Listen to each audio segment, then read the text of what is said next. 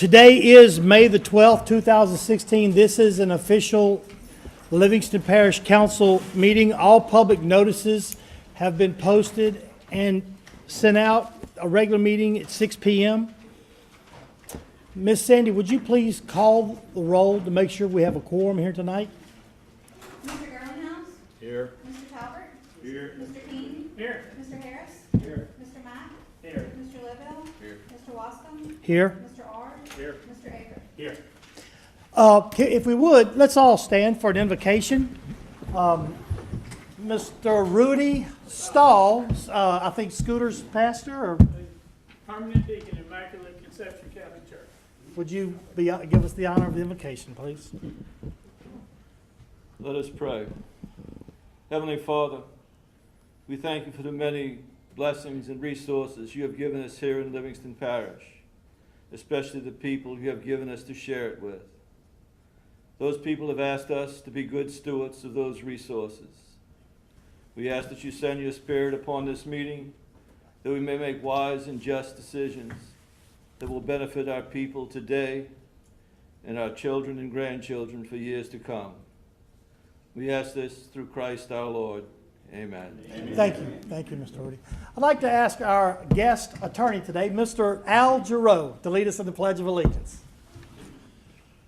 We pledge allegiance To the flag of the United States of America and to the republic for which it stands, one nation, under God, indivisible, with liberty and justice for all. Thank you very much.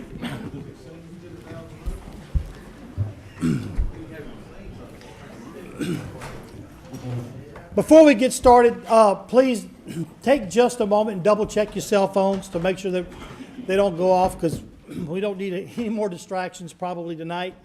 Also, item 6 is a public input. Just to let you know that we will have public input throughout the course of the meeting, and if there is something that you wish to speak on, please raise your hand and you'll be acknowledged by the chairman and to have the floor. Also, if there's any comments to be made, please try to keep your comments to a limit of 3 minutes. It can run on for 30 minutes for 10 people speaking. So try to be aware of that. And if you do wind up speaking on a specific item, and you're maybe second or third one speaking or fourth, try not to repeat what has already been said, just for the sake of time. Item 17, did we have any presentations tonight, Ms. Sandy? Item 8 is the adoption of minutes. You've all had a copy of the minutes. I think they've been placed in your box and sent to your drop box. So if you have no questions, we just need a motion to adopt the minutes from the previous meeting. Motion by Mr. Talbert, seconded by Mr. Jeff Averett. Any discussion? All in favor say aye. Aye. All opposed? None being, motion carries. Item 9 is a resolution to amend City Council policies and procedure. This one is, I'd asked this be put on the agenda. In the past, our policy and procedures manual said that public hearings would be held at 6:30 prior to a Livingston Parish Council meeting. The Parish Council meetings used to be at 7 o'clock. So public hearings were held before Parish Council meetings, so we need to do some house cleaning just to change the wording of that procedure to say public hearings will be held at a Livingston Parish Council meeting. So that's what that item is, a resolution to authorize Sandy to draft that. Motion by Mr. Bubba Harris, seconded by Mr. Tracy Garlinghouse. Any discussion? None being, all in favor say aye. Aye. Any opposed? Motion carries. Item, let's see, that was 9A. So, correct. Okay, item 10 is amend section 2-2.1. What's required is a agenda of meetings, introduction of ordinance. This is one that I had also asked be put on the agenda. if I can explain this, this would need to be an ordinance. If you'll look at item 10 on your packet, according to state law, it requires to lift an agenda on the item. It takes a unanimous vote. In our ordinance, a 2/3 vote of the membership is required. So in order to get our ordinance compatible with state law, before we can lift an item, lift an agenda to put an item, it needs to be unanimous. So what I'd like is a motion to call, does this need to be in a ordinance form? I have all three of them in one order. Okay, so, okay, well then the next item would be also on there, in our manual, it also requires that there be a spot for councilman comments. We at no time have never stopped a councilman from commenting, and you always have the right to have that. But by having this in there, then we have to have it as a part of an item on the agenda. So what I'm asking is that we just scratch that off, and then we can still lift the agenda if need be. And this last item that I'd like to see changed in some house cleaning is this. Was placed in our ordinance also that says any council member making a motion to discuss any items or bring discussion of any items that's not on the agenda in accordance with this section may be fined $500 and sentenced to 30 days in jail. So I don't think we really need to have. So, Sandy, does that need to be a motion to a call for introduce the ordinance? Okay, let's get a motion in a second, and then if it passes, a motion by Mr. Suter King, second by Mr. Shane Mack. Ms. Sandy, would you read the title, ordinance by title, please? Yes, so this will be proposed ordinance 16-18, an ordinance to amend chapter 2 administration, article 1 in general, section 2-2.1, same agenda of meetings, by amending part B regarding a 2/3 vote of membership to lift the agenda, part C, sentence number 2, councilman's comments, and part D regarding fines and penalties of the Code of Ordinances in and for the parish of Livingston. Public hearing will be held on June the 9th All right, we had a motion and a second. at the meeting of the council that starts at 6 p.m. Correct, at the parish council meeting. I'm used to saying at 6 p.m. Thank you. We had a motion and a second. Would you call the vote, Ms. Sandy? I'm sorry. Discussion. Yeah. So on part D, it says anyone making the motion to discuss any item or bring discussion of an item not on the agenda in accordance with this section may be fined $500 or sentenced to 30 days in jail. So typically, you would lift the agenda to make a motion to discuss, or sometimes you could make a motion to discuss an item that's not on the agenda. So what I'm trying to understand here is that if you wanted, okay, so you're striking this right here. I'm So- striking that, I so, got you. so And the if you want to bring something up, you can, and you won't be fined $500. And you may not I have to think go the to jail. intent, Trish, I think the intent was in the, if you had an unruly councilman that didn't send a listen, you know what I'm saying? I can't imagine who that might be. But Yeah. there was some recourse against him at some point in time, but we've all seemed to get along just fine. And so we're we don't gonna, need that. that's right, that don't need to be there. All righty then. You good? Yeah, I'm good. Would you call for the vote, Ms. Sandy? Mr. Girlinghouse, Yes. Mr. Talbert, Yes. Mr. King, Yes. Mr. Harris, Yes. Mr. Mack, Yes. Mr. Lobel, Yes. Mr. Wascom, Yes. Mr. Ard, Mr. Averett. Yes. Item 11, Parish President's Report. A, proclaim the month of May as Foster Care Awareness Month. Mr. Leighton Ricks asked that this be placed on the agenda. Yeah, we did a proclamation for foster care. Mr. James Seal, I'd like to ask him to come up. I think his lovely wife and two boys have stepped out, but he has done this, and as have many other families. I won't read all this simply for the sake of time, but Foster Care Awareness Month is very important, and we have an awful lot of children in Livingston Parish who are in foster care homes, and I think those people are absolutely blessed to have the children, and certainly the children to be with someone that cares for them. But I want to appreciate Mr. James Seal, the Quality Engineering, for being here and doing what he has done, and I know he loves his kids, and you know, he's a big old boy and got a heart of gold anyway. So, Jamie, this I want to give to you on behalf of organization. Yes, sir. Thank you, sir. Thanks, Jamie. Thanks, Jamie.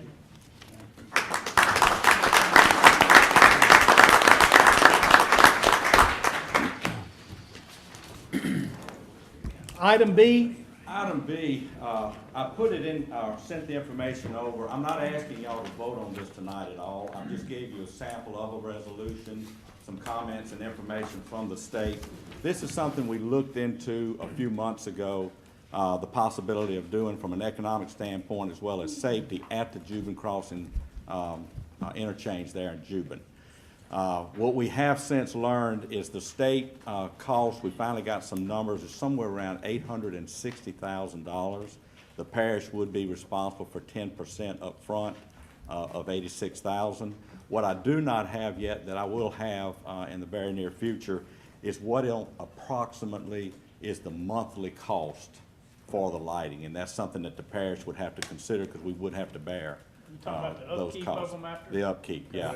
Electric bill. When you do that, you assume full liability and responsibility from an insurance standpoint, all of it. Now, I don't know how many light poles actually get run over, you know, that you would have to be replacing and those kind of things, but it is something to consider, and I do want those numbers before I even ask y'all to even think about it, from a realistic standpoint. But it is something we're looking in, and I wanted you to be aware of it. That's all that is. This says Juban Road, is there some designated area of Juban Road, is it the whole road, is it? No, it's at the interchange, at the interstate, like Walker has, Okay. and Covington, I think, Hammond, Okay. and they've already actually have the ballast out there for this. Okay. We've just never reached the point of getting numbers to find out what it would actually cost the parish. Item C, I will turn over to you guys. It is simply, well, John, I'm sorry, Chairman, I'm sorry, I kind of jumped. no, that's fine. From your deal there. To establish and create a Livingston Parish Airport District. I think Ms. Sandy has done a fantastic job of coming up with some language there, and I think y'all have looked at it as well, Al. So I would like to ask y'all to consider that.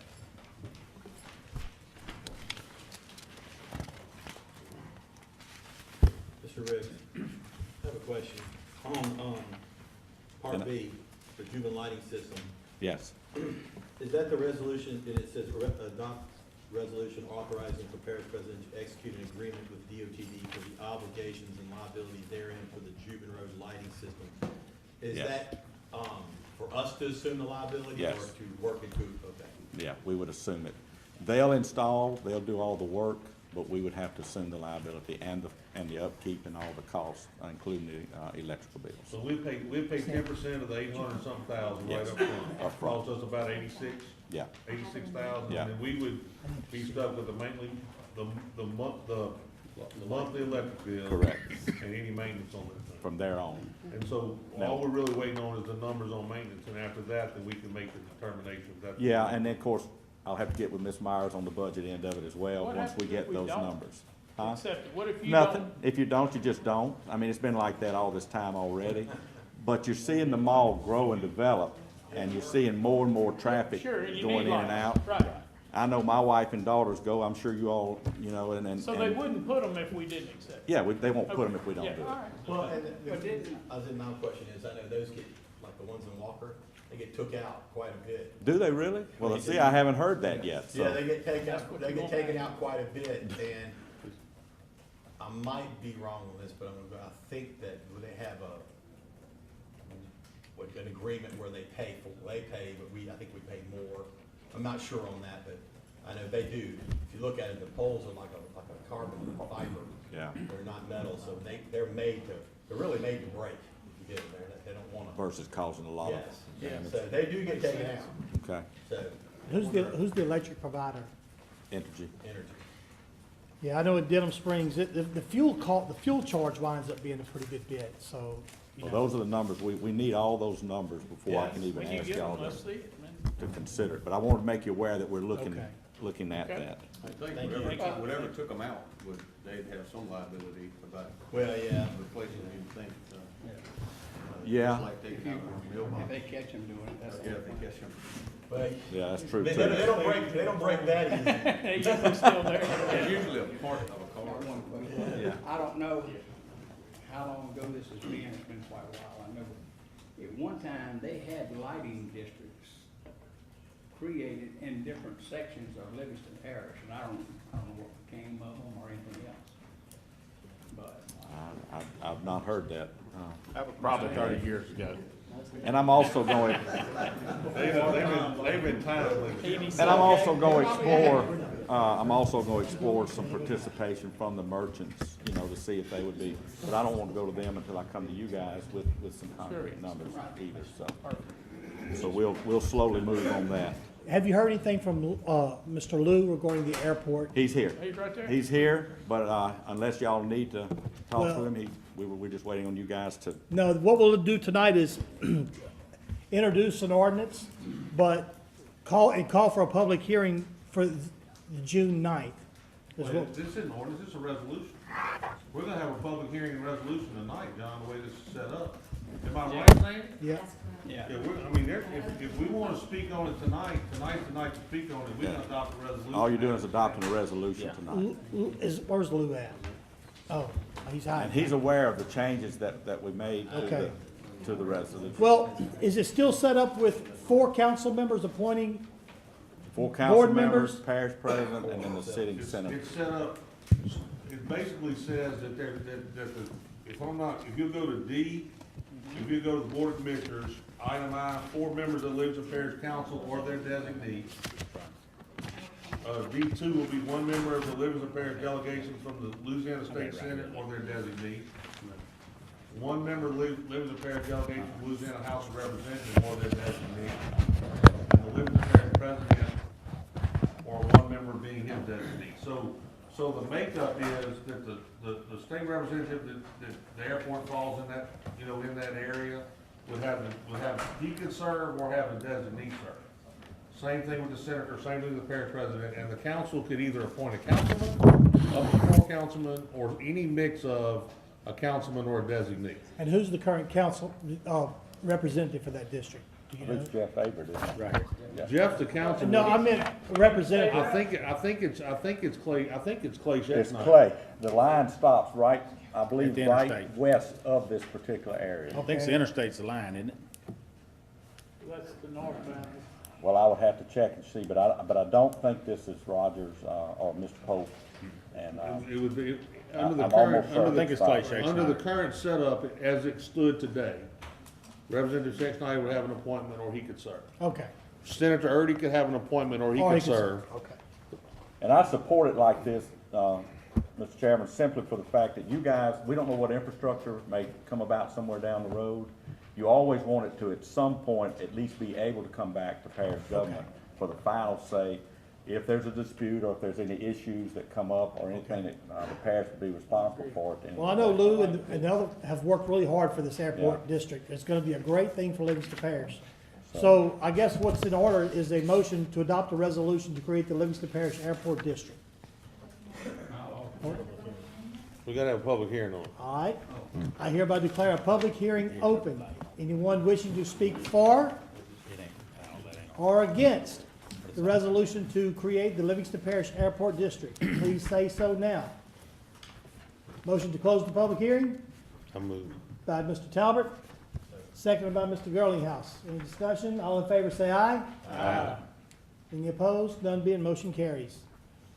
To close public hearing. Now a motion to create a resolution to create the Livingston Parish Airport. Motion by Mr. Bubba Harris, second by Mr. Jeff Ard.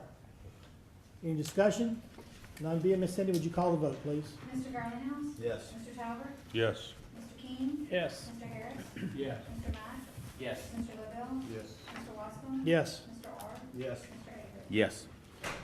Thank you, council. Thank you. Mr. President. Mr. Lou, I really appreciate what you're gonna do do a hard work for this airport. I think it's gonna be a great thing, and please let us know what we Those can do. presentations were impressive. I like seeing that. He can draw well. Yes, he can. He makes squiggly lines Is and Mr. everything. Mark Harrell here? Okay. So next item, public 13, is to hold a public hearing for adoption of ordinance for a 3-way stop. Is this in Mr. Talbot's district? It's in my district. Actually, I'm gonna be honest with you, those are in my subdivision.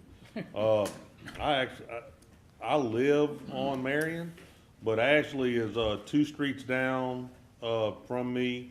Beverly's the main I mean, not the main drive into the subdivision, but to the left. And, they're long straightaway streets. People approached me about getting it done. I told them I'd put it on the agenda, and, I had no pushback from anybody in the subdivision I talked to, so I would ask that we hold a public hearing and adopt the ordinance. Well, we've already introduced it at the last meeting, or 2 meetings ago, so tonight I hereby declare a public hearing open for this ordinance for a 3-way stop. Beverly Drive, Dama Drive, Ashley Drive, and Marion Drive. Any discussion? To my left or right, any opposition? None being. Motion to close by Mr. Jeffard, seconded by Mr. Girlinghouse. All in favor say aye. Aye. Motion's closed, to close the public hearing. Ms. Sandy, you want to read the ordinance by title? Yes, sir. This is proposed ordinance 16-12. It's an ordinance to amend or enact section 10-9A, stop signs, 3-way stop of proposed ordinances in the village of Livingston to add an intersection at Beverly Drive and Dana Drive, National Drive and Marion Drive.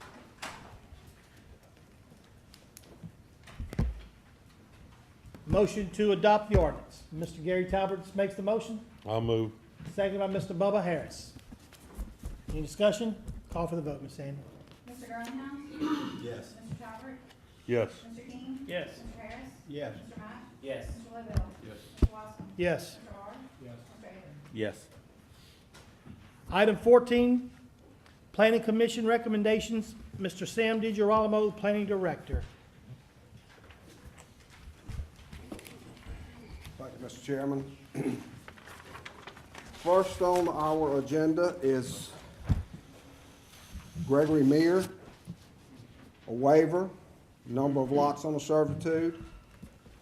This is in Mr. Gary Talbot's area. It's a recommendation of the Livingston Parish Planning Commission to deny the waiver for the number of lots on the servitude. The reason being the lots were Not to small. mention the lots are too small. We got a minimum of 16,000 square feet, which is a third of an acre. And he's dividing, trying to cut an acre up into 4 lots, making them quarter acres.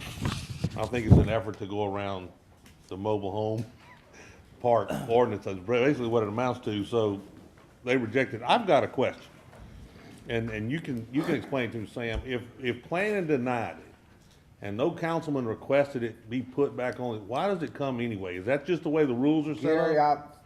the way I've always understood it, that the constituent or whoever's presenting this, if the planning commission does deny it, they always have the option to come to the Appeal. parish government, Okay. which is you guys. So we would Okay. just solidify their record. So every time there's a denial by planning, it's gonna come It's to gonna us? come to you. Okay, That's the way I understand it. I got you. As I'm you just, I'm think. just, I'm just wondering if there's something we might address in the future that if planning denies it, then does the person that gets a denial need a sponsorship to come before the council? Because it seems as though we're repetitive in doing. We're you- I not, mean, you- because it gives the landowner or the person a chance to appeal a planning and Okay, zoning. that's fine. I It understand. works that way, so, I mean, in Denham, we did that. We Okay. just. we I either- just was wondering why, I mean, it just So, seems redundant to me, right. but I mean, I'm fine. I And just, Gary, just to add to the conversation just a little bit, you might know a little bit more than that planning commission member about the situation. Okay, So, I got mean, you. It gives them an opportunity to And- talk to their and- representative and explain to Most of them the time why it they're doing doesn't. Planning Commission works hard to take a load off of the parish council. Right. And so, I mean, we mostly always uphold their Yeah, I rules. mean, Doing all this work, This was motioned by Mr. Gerald Burns, seconded by Ms. Darla Stegall to deny. So would that motion be in order tonight to oh, uphold? yeah, I definitely think we uphold. So we gotta do these individually, or we can do them as one We can lump? run through them. Let's go through them and see if there's, we That's got any what I'm objection set to first. do. It's gonna be a long meeting. So Let's see you if make we- the motion? can we do them all in one lump thing? What's that? Can't we just do B, C, D, and if we have any objection? Sandy says we can't. Okay, No, I move that we Yeah. uphold the planning commission's. Motion by Mr. Gary Talbot. Second by Mr. Tracy Girlinghouse. All in Just get favor? comfortable, Gary. I got you. I mean, we're 14 items into 22. We're over half full. We'll be there in 25 minutes. We're gonna be through an hour. Any discussion? None being, all in favor say aye. Aye. Any opposed? None being, that motion carries to uphold the planning and zoning's recommendation to deny Gregory Meir. Item B, Cottage at Beaver Creek. This is in Mr. Scooter King's area. It's a recommendation of the Livingston Parish Planning Commission to approve the preliminary plat for the cottage at Beaver Creek with a waiver for the T-turnaround contingent on parish engineers' comments being addressed. I think our parish engineers are here tonight. Has your concerns been addressed? They have one issue that has been addressed now, so that would be a no on that. They did answer some other contingencies that we had, but one of the items wasn't answered, so no on that, on that Scooter, question. it's your So- district. Is that something we need to get before we can approve, before Well, I you would would think like so. us to That's the way approve the it? planning commission presented it to us. So we on need to contingent. defer, Yeah, we need to defer it So you or wanna put it on table till it it's until answered. next- Table it till it's Okay. answered, yeah. Okay. I'm not sure what the. Is that how, question is. or do you want us to approve it contingent upon that? No, it's up to y'all, however you want to handle it. Y'all can defer it or approve the contingent that it gets Okay, handled. Either we'll way. table it then. Okay. Sir? We don't want to prove that contingent upon it being resolved. That way you don't have to come back to the council again if it's an easy I mean, resolve. I'm okay with that That's- as long as you guys get the answer you need. Yeah, I mean, that's fine with me. If That's- they- I they mean, say- I don't have a problem Well, with let's that. do it like that, and then Mr. Paco won't have to come back for this plat. He'll be able to move forward. If if he gets your answers for you guys, then go ahead. Move forward. Yeah. All right? I'm okay with All that. right, motion by Mr. Scooter King Yeah. to approve item B, cottages at Beaver Creek. Is there a second? I'll second. Second by Mr. Jeff Averitt. Any discussion? None being, all in favor say aye. Aye. Any opposed? None being, motion carries. Item C, Multifamily development, Springs at Juban Crossing, preliminary site plan. This is in Mr. John Wascom's district. It is a recommendation of the Livingston Parish Planning Commission to approve the preliminary site plan for Springs at Juban Crossing. actually, this is in my district, I think, or Tracy Gillingham's district, I believe, so possibly both of ours, but, I looked at it and I don't have any problem with it, so, is that a motion by Mr. Girlinghouse? Motion by Mr. Girlinghouse, second by Mr. Shane Mack. Any discussion? None being, all in favor say aye. Aye. Any opposed? Motion carries. Next on your agenda is Audubon Lakes third and fourth filing, revised preliminary plat. This is in Mr. Gary Talbot's area, off Kane Market. It's a recommendation of the Livingston Parish Planning Commission to approve the revised preliminary plat for Audubon Lakes third and fourth filing. Now, Sam, they originally had an item to make the lot small. Right. Then they decided not to make That's the lot correct. small. Right. So we're back, this is actually the original drawing. Well, Chad, correct me if I'm wrong, but I'll try to explain. Gary, when they submitted this thing way back then, Right, they submitted all these filings, 1, 2, 3, and 4, right, and they were all approved as recommended. Then they didn't do 3 and 4. right. So they came back to us here recently, last week or whenever they came in for the review. They revised the 3rd and 4th, and they are gonna fall up underneath the new ordinance to build the 3rd and 4th. So I don't know if I'm explaining it as a revision. But they maintained the original lot size, but because they came back to revise it, they followed to the new ordinance. Yeah, that's correct. They did reduce those, they increased the amount of lots at one time, but they went back to the original plat that they had. So they're gonna do that and I think increase the meet the typical standards for our new ordinance with the roads and all that. So the new roads on this one are gonna be the The new parish ordinance. Yeah. 3.5, That's right. 3 and 10, yeah. 3 and 10, okay. 1 and 2, One and two, Follow the one and two are the early old ordinance. rules, and 3 and 4 are gonna Right. be on the new road, That's okay, correct. I'm good. that's correct. So the motion is to uphold the recommendation of the Livingston Parish Planning Commission to approve the revised plat for Audubon Lakes. Right. I move. Motion by Mr. Gary Talbot, I'll second. second by Mr. Scooter King. Any discussion? None being, all in favor say aye. Aye. Any opposed? Motion carries. Item E. Next on your agenda is Juban Trails. This is in Mr. Tracy Girlinghouse's district. off of Buddy Ellis. It is a recommendation from the Livingston Parish Planning Commission to approve the revised preliminary plat for Juban Trails. And what they did is just move some lots over. So we felt like that, they needed to come back to the Planning Commission as well as you guys to let you know that they're, taking some of these lots and moving them over to the side. It's a revision from the preliminary plat that was first presented. Motion to uphold the recommendation of the Livingston Parish Planning Commission to approve the revised preliminary plat for Juban Trails. Motion by Mr. Girlinghouse, second by Mr. Jeff Ard. Any discussion?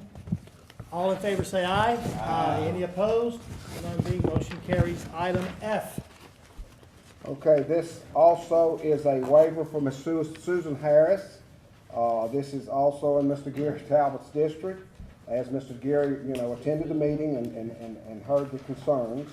It's off of Joel Ott Drive, and it is a recommendation of the Livingston Parish Planning Commission to approve the waiver for the number of lots on the servitude for Miss Susan Harris. And these, I think these lots are, it's private, they're big, it's not a small lot, so if Gary, you want to comment, Gary was there and understands the situation. Ms. Harris came to me, a while back, and basically, they're getting older, and this was family land, it's kinda in the middle of Watson, but there were several there. Some areas, and there was an asphalt private road that runs through the middle of it. Some areas have already subdivided their property. She had a home on 4 acres, and they're not able to maintain the 4 acres anymore. So they requested that they be able to subdivide that into 3 lots, their home plus 3 other lots, which they will all be an acre. But it exceeds the restriction of lots on a private servitude. But, the option, if you can't maintain what you have, then the option is that you gotta move. It seems ridiculous to me that, that we force that upon somebody. The purpose of the minor subdivision ordinance was to stop people from circumventing, the laws in developing, a piece of property. And I think given this situation, I felt that it was reasonable. They are big lots. They fit what's around in the community at that point in time. So I went to the plan and asked them for the waiver, and they granted unanimously. So I'd like for us to uphold that for them. All right, motion to uphold the recommendation of the Livingston Parish Planning Commission to approve the waiver for the number of lots on the servitude for Susan Harris. Motion by Mr. Gary Talbot, second by Mr. Scooter King. Any discussion? None being, all in favor say aye. Aye. Any opposed? Motion carries. Item G. This is a commercial development. This also has come before the council, but they're doing a little revision to the preliminary site plan. Gator Mill Works, they're just adding on to the building behind it, making it a little bit larger.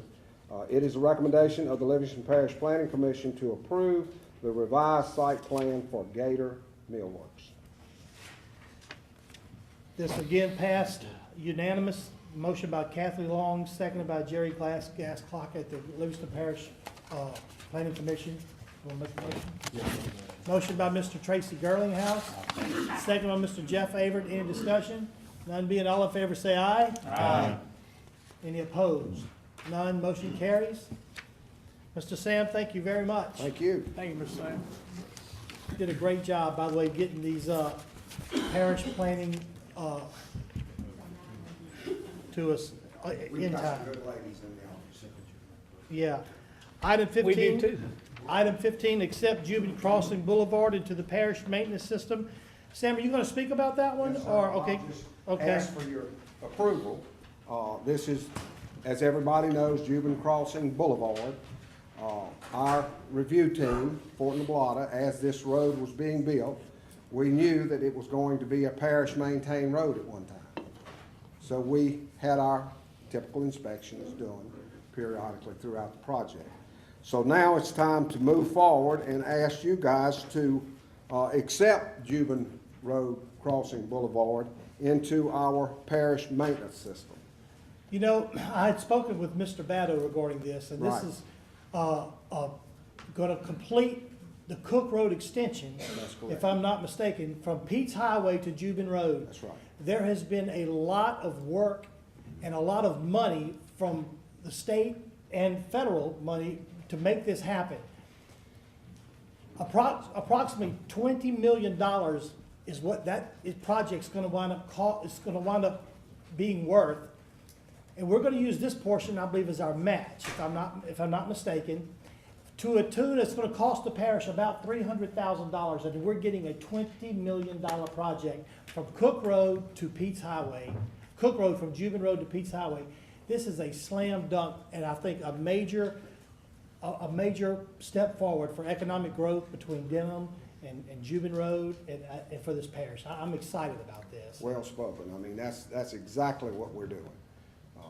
So, Mr. Ricks has met numerous times with this, and it is a slam dunk. You know, there's It's a one great more, road. there's one more thing I wanna accept. There's a lot of landowners, that are on this road between Pete's Highway and Jubin Road, that this property is gonna come across, this road is gonna come across their property. And I'm gonna ask any property owners to please work with, the property acquisition people when they come to you, work with the engineers to do what you can to get them the servitude and that they need to make this road happen. Because once this road comes in, property along that road will skyrocket in price. So if you have on property, don't hurt the parish with trying to create the road, sell it at a fair market value, because the fair market value will increase dramatically when this road comes in that ties these two major state highways together. So I just wanna. This is a deed, they're giving us the deed, we're gonna own everything, right? I mean, the wetlands done, all that stuff. I'll make a motion, we accept it. Motion by Mr. Gary Talbot, second by Mr. Shane Mack. Up, Do you want, No, sure, Shane. do you want us to include any details in the resolution, such as footage, or where it's located, what district, or anything like that? Well, in this particular case, and I know you and I spoke about this morning, I appreciate you bringing that up again. In this particular case, this is what we need. This is all what we need to do. Thank you. One more thing I'd like to just interject as well. The state was, I think, holding up on this road because they didn't want to put this type of money out when you didn't connect two major when it went highways. to nowheres. Exactly. The federal money because it's connector road. Is to no road to nowhere, but because we're taking this in, we'll be tying in these roads together. So I guess what I'm saying is, the holdup is out of the way now, so we could be looking at property acquisition in a couple months, I was gonna say, Chad? is there a time frame on that? 2 or 3 months? Yeah, we're trying to, hopefully over summertime we'll get something going. Sam, Yes, sir. if I'm not correct, we're getting the road and the right of way to the edge of the property of Jubin Crossing. Absolutely. So we're getting the existing road, existing right of way, and future right of way to the edge of the property That's correct. will all be deeded to the parish. That's correct. That's a good deal. We I like We it. need to move forward So on Sandy, that. what did you need? I just want to know if any Wanna details make need sure to be details included. We need to Okay, be so we had a discussed- motion Yeah. from Gary, seconded from Shane, Yes, sir. to accept this, road into our parish roadway system. Any discussion? Ms. Sandy, would you call for the vote, please? Mr. Girlinghouse? Yes. Mr. Talbot? Yes. Mr. King? Yes. Mr. Harris? Yes. Mr. Mack? Yes. Mr. Lobel? Mr. Wascom? Yes. Mr. Ard? Mr. Averett? Yes. Thank you. Thank you, Mr. Sam. I think you'll be proud of it. Yeah, it's gonna be a great road, and it'll help in traffic relief Yes, as it well. will. It's gonna take some of that out. The next item 16, is to hold a public hearing and adopt an ordinance regarding the Home Rule Charter Amendment for term limits. I believe we introduced this at the two parish council meetings, and so tonight I'd like to open a public hearing regarding this ordinance. This is to establish term limits for the Livingston Parish Council and Livingston Parish President. Right. Is there anyone here to speak for or against term limits? None to my left, to my right. I hereby declare a term limit public hearing closed. I'd like to make a motion to adopt the ordinance. Motion by Mr. Gary Talbot, second by Mr. Bubba Harris to adopt the ordinance for Term limits, again, this will be to put it on the ballot. This will not enact term limits. This will just be allowed to be on the ballot for November the 8th, 7 a.m. to 8 p.m., which is also the presidential election this year. Let the people decide.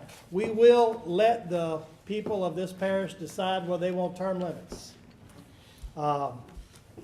You'll hear some more about this before it gets here. Miss Sandy, would you read the ordinance out loud?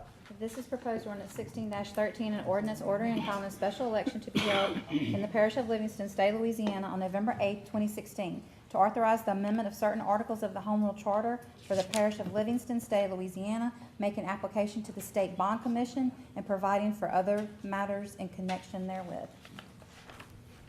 Thank you, Miss Sandy. I would like to say that, 2 weeks ago, I guess it was. 2 meetings ago. 2 meetings ago, I had posed it to the people in my district to contact me about how they felt about it. But the truth is, I didn't really get many responses either way.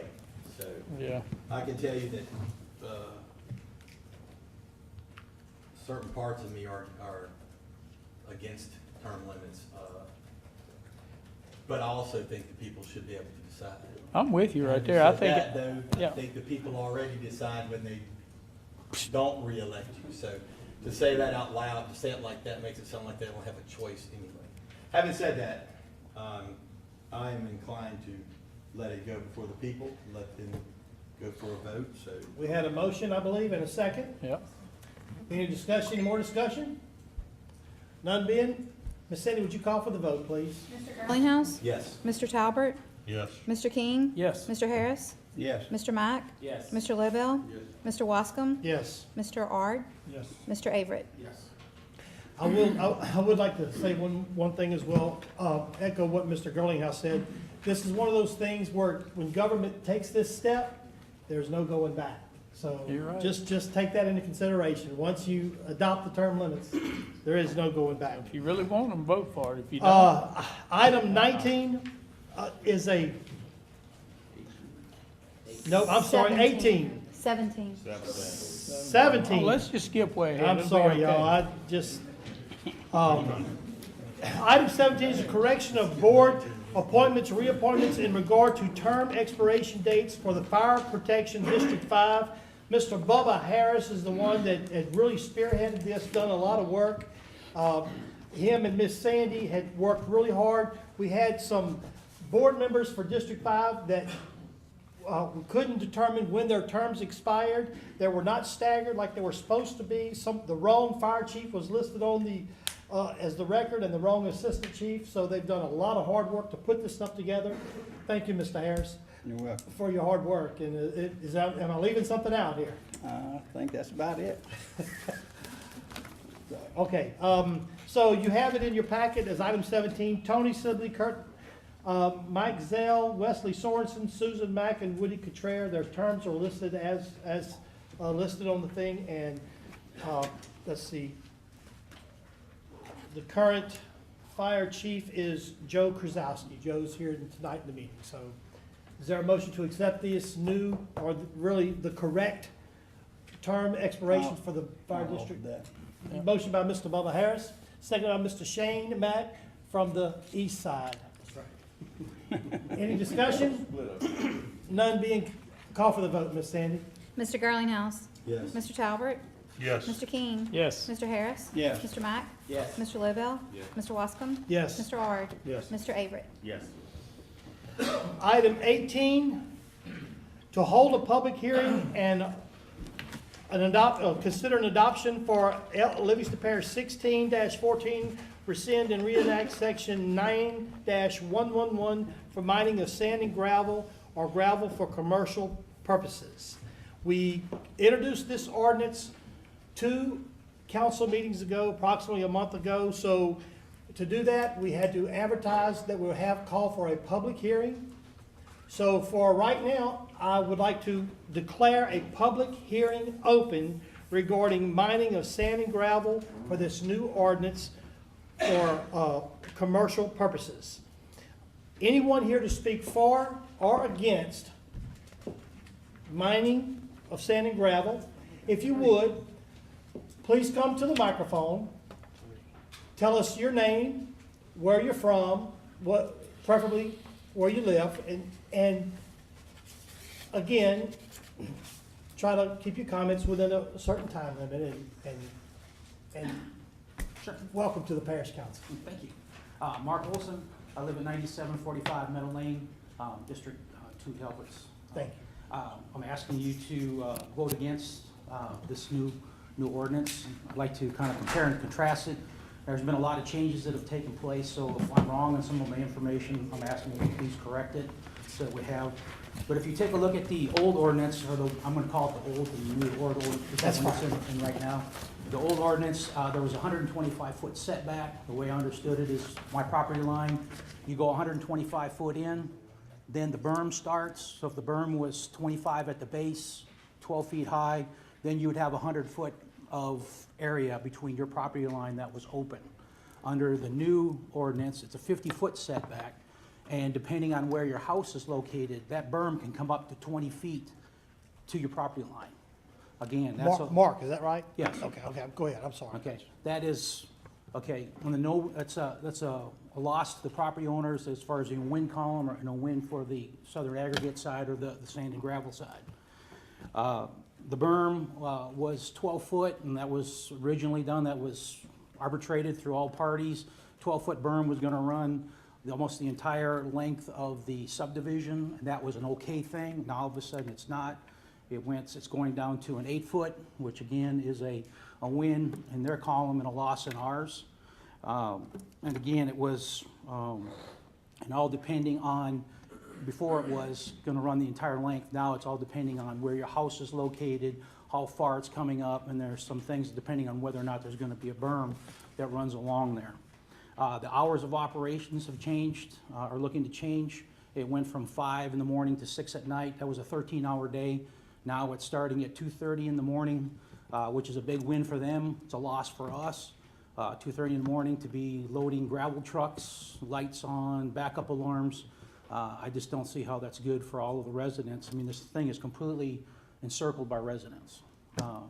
And so it went from a 14-hour day, plus it's a 2.5-hour earlier operation. Again, a big win for them. That's a loss for us. They said they wanted 2:30 because of the school zones. The only thing that this is really gonna do, which is good for the gravel and sand industry, is just gonna allow the truckers to make extra runs, starting at 2:30 in the morning. So actually, you're gonna have an increase in the amount of trucks that are gonna be running up and down. I don't think the truckers are gonna stop during the school zone time, park their vehicles, and not be going through the school zones. You're just gonna see that many more truckers being able to make more runs. On the old, it's 6 days a week. They said Sundays were gonna be off and give the residents a little rest. That's taken away. They can operate 7 days a week, 365, big win for them, another loss for the homeowners. There is an extension that is listed as if they wanted a waiver in order to extend the hours. When we did the first ordinance, we said, we understand that sometimes they have to meet certain criteria, certain projects may require them. In the old one, you could ask for a 30-day waiver and extend your hours, and there really was no set on that, but it was really scrutinized on how they could do that. And this new one, it's just, they can walk out of here today, sign a piece of paper, I want to run 24 hours a day. There's no limitations to it, there's no criteria, it just says you can apply for a waiver. So again, they can walk out of here today and say, we're open 24 hours a day, and all you gotta do is apply for a waiver. And again, there is no criteria, limitations, or anything on that. There is no, on this berm that is to be built, there is no time frame. So 9 years from now, just a day before they leave, they put the berm up. I mean, there's nothing in the ordinance that says when this has to go in. Okay, so I'm just saying is that there's a lot of wins and nothing but zeros in the other column. I'd like you to deny this. Thank you, Mr. Clark. Thank you. Thank you very much. Do we want, I mean, how long do we want this meeting to last? It's okay, I mean, We can go through every single one of these. well, just make sure you. Shane, we got 4 people. Let It's these 4 okay. people- Let these 4 It'll people be talk. fine. I'm liable to forget what he said. Well, let the 4 Write it people, down. I'm making notes. I'm making some notes on some of the things. Let the 4 people talk. Please, give me give us your name and My name is Annette Passman. And where I do you live live? at 10067 Meadow Lane, Which is right there. which my property line butts up to the area that's proposed for mining. Okay, thank you. The new ordinance, I also would like to have it considered the old and the new. The new ordinance makes a comment in regards to the adjacent property line. If it abuts to the subdivision, there's requirements that this berm needs to be developed. And then also it goes in regards to speaking to flooding. Once the flooding and the operator is recognized that the runoff from the berm causes flooding, they must redirect the water from the berm onto his site. So runoff is now going to be required. Okay, there's no time frame in regards to the requirement from the awareness to the time that is required, this runoff needs to be redirected. So what's the time frame? How long do they have to make this change? Jim, correct me if I'm wrong, I think that's verbatim from the other ordinance. I don't think we changed any part of the other ordinance to address runoff. correct. That's the same verbiage that was in the previous ordinance. That's correct. Okay. We didn't address that at all. That's the same verbiage that was in the previous ordinance that was carried into this ordinance.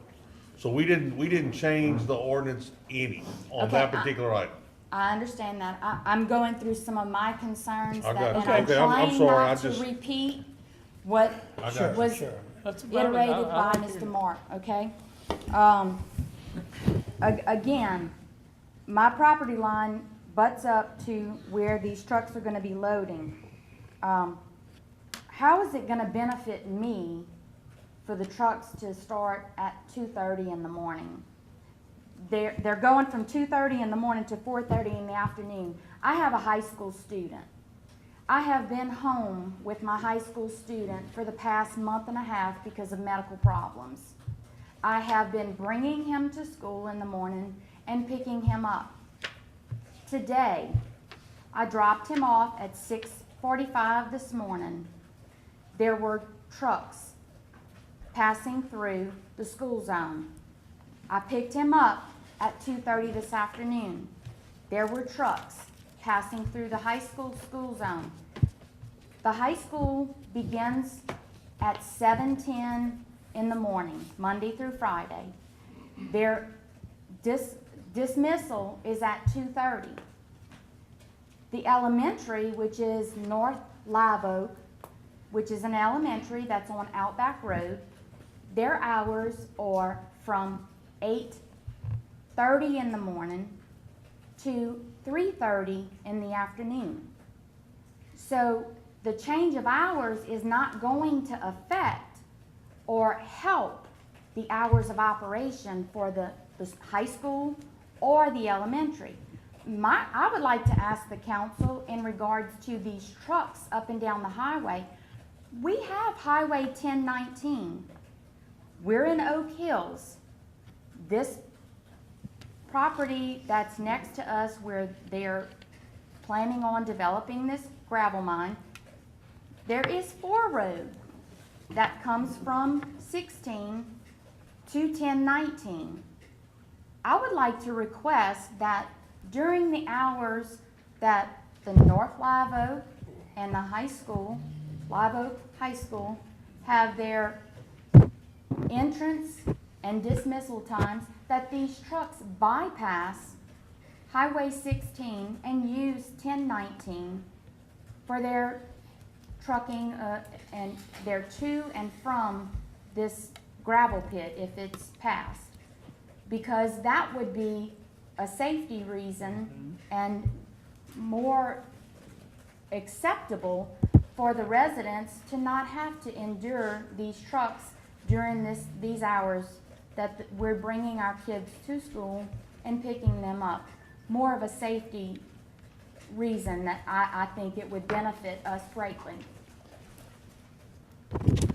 net, is that That's correct. correct? I'll end my comments there, but I'm asking that the council please consider, I don't know who is for or against the changing of the ordinance, but we, as residents of Livingston Parish, have voiced to our councilman that we're in objection to it. If you don't live in our subdivision, you do not understand, cannot acknowledge the fact of what we're going to be dealing with if this gravel pit should become our new next door neighbor.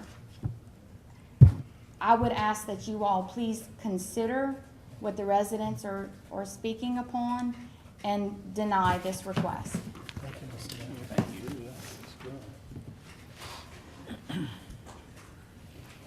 Hi.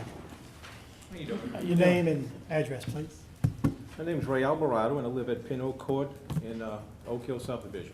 I'm going to talk about something dear to your hearts, gentlemen, money. I'm sorry? I'm going to talk about something dear to your hearts, money. We've talked a lot about what the financial impact of a mining operation has on a thriving subdivision. You have nothing to gauge that by in Louisiana because we have none. This is the first horse out the gate.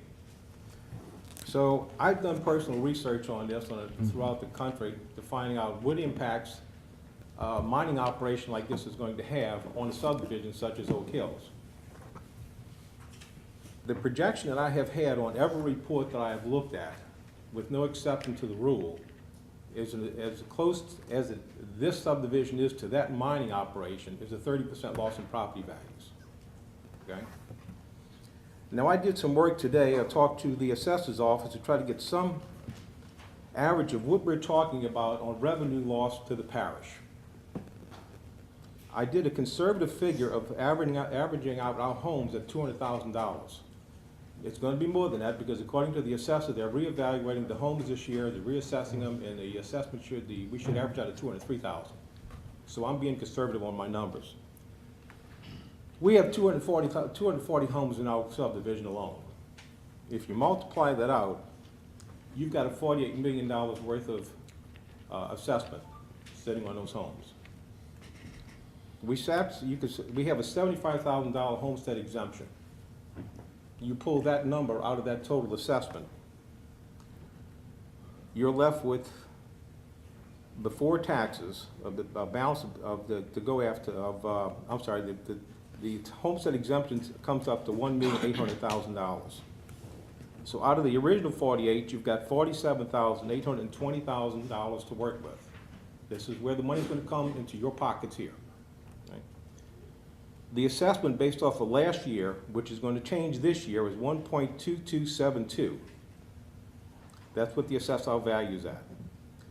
That last year should have put close to $5,868,470 in the parish's pocket. One subdivision, gentlemen. Okay? Probably right.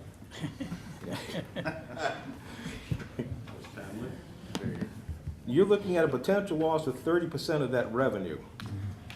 That 30% equates to $1,768,541 in order to get my attention. Okay? So let's take that $760,541. There's 6 gravel pits in this area on mining operations. If you add it all up, the average revenue that they're bringing in is about $16,000. Let's take that off the loss of $1,760,000.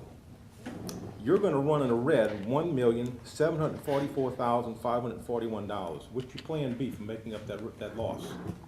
It's not if it's going to happen, gentlemen. It's going to happen. I'm not guessing at this. I have done the research.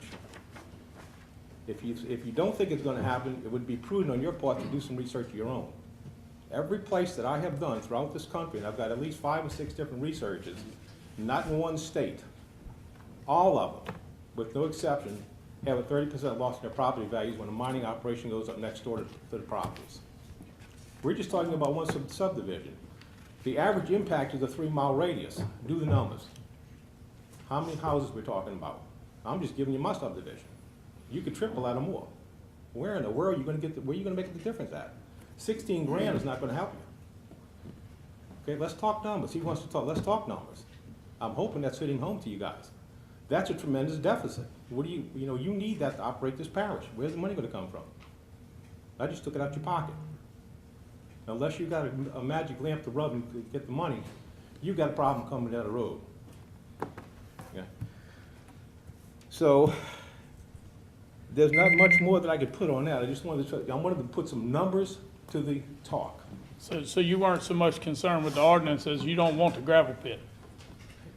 Let's put it this way, we can't afford a gravel pit. Well, the gravel pit's already done.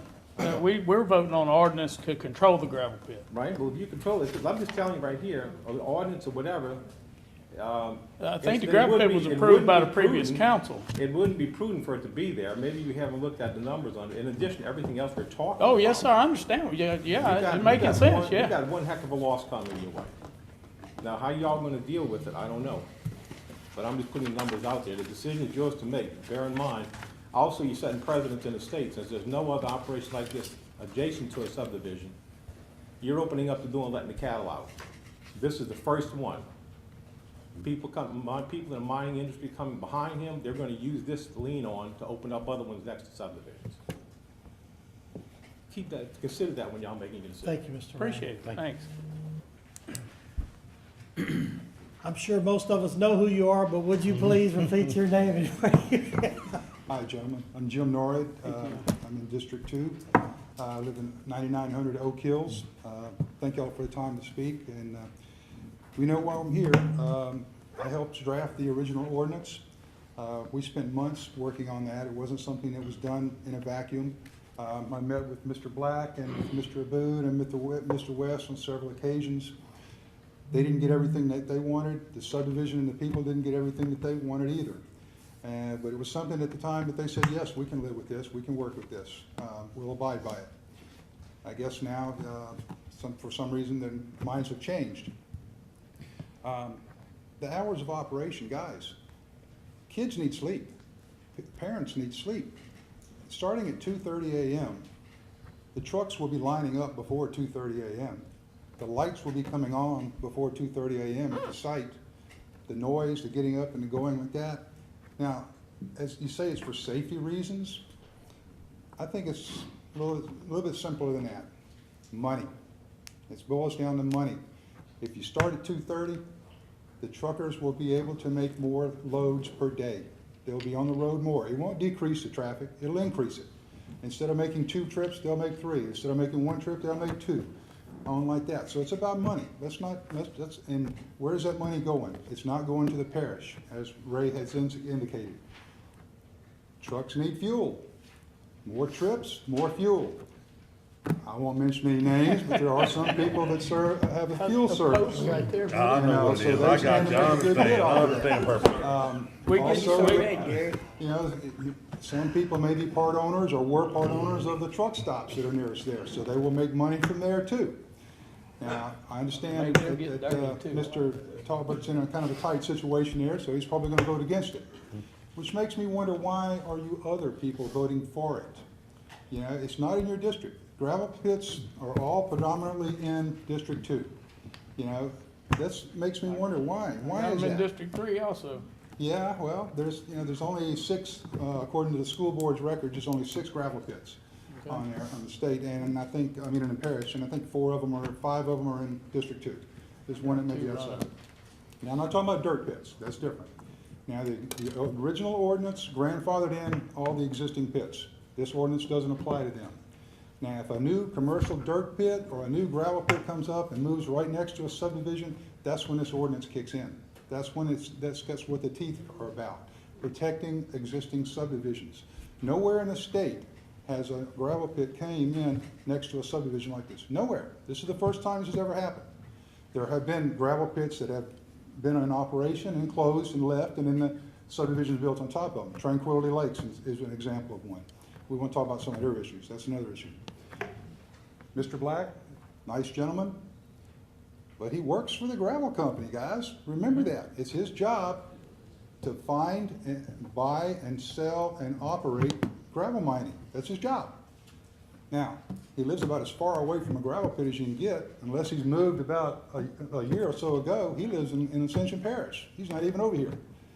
So gotta wonder when you start talking with him, you know, and you don't take everything he says as gospel. You know, because you gotta remember, he works for the company. Now, is he really gonna tell you something bad about the company? You know, so you kinda wonder about that. Now, the height of the berm, 12-foot high berm. That was, we kicked that around, went back and forth, back and forth. People wanted 25-foot berms, some of them wanted 3-foot berms, you know, back and forth.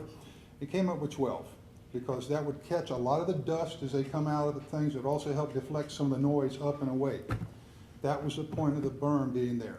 It serves a valid purpose. Same thing with the buffer zone, the 125-foot buffer that we talked about that we put in there. Here's the property lines, here's the buffer, this space in between here, and the berm has to be on the inside side of it. That they agreed to. At first, they weren't real happy with it, because that means they can't mine every single piece of gravel out of the place. Now you want to move this thing back, and instead of being on the property line, you want to make it off the house. Well, these subdivisions, not all the homes are exactly the same distance from the back property line. So you're going to stagger that line like this. And then it's going to go, instead of it being 125 foot from the property line back here, and in the back of the house over here, it may be right here. You know, it may be 20 feet from the end of their property line. Then also, the hours of operation, and going back to that, y'all left the days off. If you're gonna change the hours of operation, if you don't put the days, it defaults to 7 days a week.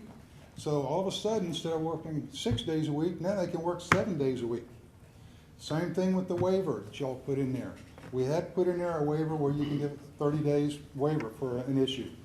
Y'all left the 30-day time limit off. You just wiped out the whole ordinance. You give them a waiver, they can do it forever. They don't have to come back and ask for anything. Guys, you gotta think a little bit longer than this. You know, now it took months to work this thing out. It wasn't something we just threw together. You know, kind of helping back to the issue, you know, why are y'all so quick to jump on this? You know, I keep wondering about some of the you know, is it, you know, y'all heard of Yellow Iron or PWP Builders? Is that what's driving this? Y'all familiar with them? I've never heard of it. I don't know. Well, it's on seven of y'all's campaign reports received contributions from them. Mr. Claude Penn owns those companies. He's also one of the owners of the I didn't truck receive stops. contributions. No, you didn't, and Mr. Harris didn't. The other 7 did. Y'all all received contributions from him. He stands to make money off of this too by owning these truck stops. Now I'm wondering, was that why y'all are so quick to go for this and change the hours? Yeah, so,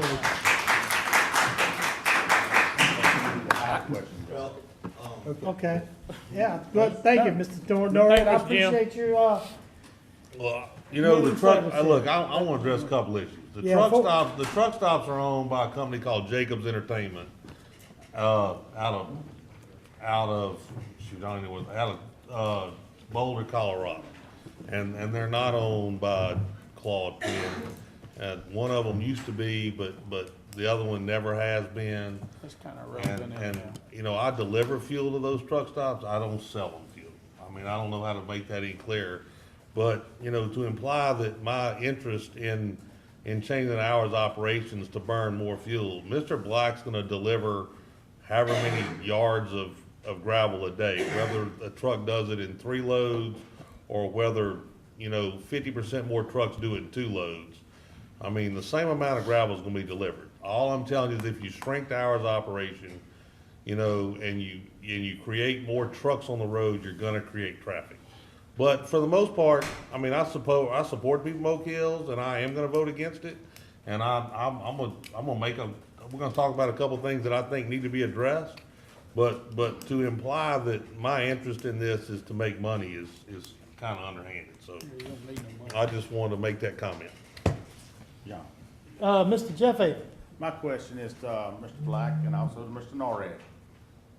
How many hours can these trucks withstand running 24 hours a day with a driver? I can tell you, none of them. None can. Your body cannot hold up to that. Well, it's also You done running illegal. 18 to You 20 can't- hours You a can't day. drive, you can't drive that many hours. You cannot do that. What is their legal time limit to drive, Mr. Black? I'll give you a bit. It's Give me 1 second, I want It's gotta be it's 10 hours, it's Ten long. is law. to, okay. One Okay, that's what second. I wasn't sure on the gravel industry, how that Go ahead and worked. state your Thank you. name and Robert Smith, Robert Smith, Renninger Road. Renninger Road. Happened to be a Livingston Parish resident for years in a rural area. Where are we gonna get gravel from? Everybody spoke against gravel pits if we don't go to where the gravel is. And when it gets to where these subdivisions can shut down everything, politicians always holler about create jobs, create jobs. But anytime people can holler, not in my backyard, and everything is shut down, where in the world are the jobs gonna come from? And everybody's got their opinions. I understand they need to control the dust. I think the sand and gravel pit will work with you. I don't live real close to them, but I have been kinda close to them. I have even worked with some. But I think these pits, in other words, landowners, when they get through with this, they'll have better lakes, better property, and so forth than what the easterly lakes or any of them have. So it won't ruin the land. There may be some disconvenience, but sometimes people have to put up with some disconvenience. One lady was talking about running the trucks out to 4 Road, through 4 Road to 1019. I don't know where in the H it goes from there, but there's schools everywhere you go. You come back to 16, you pass right by the old Live Oak School, you head toward Dental Springs on 16, you got more schools, you got Dental Springs schools. That's part of the growth of Livingston Parish. If she wants to go on out to Walker and get on the interstate in Walker, if that's where they're going, you've still got schools. Now, if people get up early enough, what time do they start pouring sand and gravel? That sand and gravel has got to get there because most of the people that want sand and gravel, they want it early in the day. They need to get jobs done. So they need gravel pits to produce sand and gravel. Every one of them are sitting on concrete slabs made with sand and gravel. Every road they run is made with sand and gravel. So you have to get sand and gravel where it is. And you can't avoid all schools, they have to go by them. And these people keep talking about how much their property is gonna drop. Has the assessor reassessed their property and cut their home taxes that much yet? Or do they actually expect it to? These homes, the value will go back up. Some people don't like the noise and so forth. That'll overcome, it'll pass. And for the landowners to have to give away as much land as they do to satisfy the people in the subdivisions, maybe they should have bought more land to start with, or go to where they got more land, or get in the swamps where there is no sand and gravel. Are they talking about the sand and gravel here, there, and yonder? It's not everywhere. We thank you. But that's about all I have to say about it. But I think that they need to take in consideration of both sides and quit just counting the people. In other words, we still got some rural people that have some voice, or should have some voice. Thank you. Thank you, sir. We appreciate you.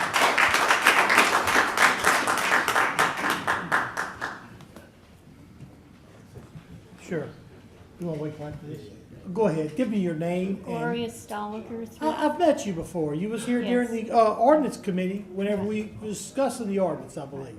37108 Oakview Lane. Thank you, Ms. Gloria. Go ahead. I know that, you know, I'm old, and I know old people have a reputation of not having a filter.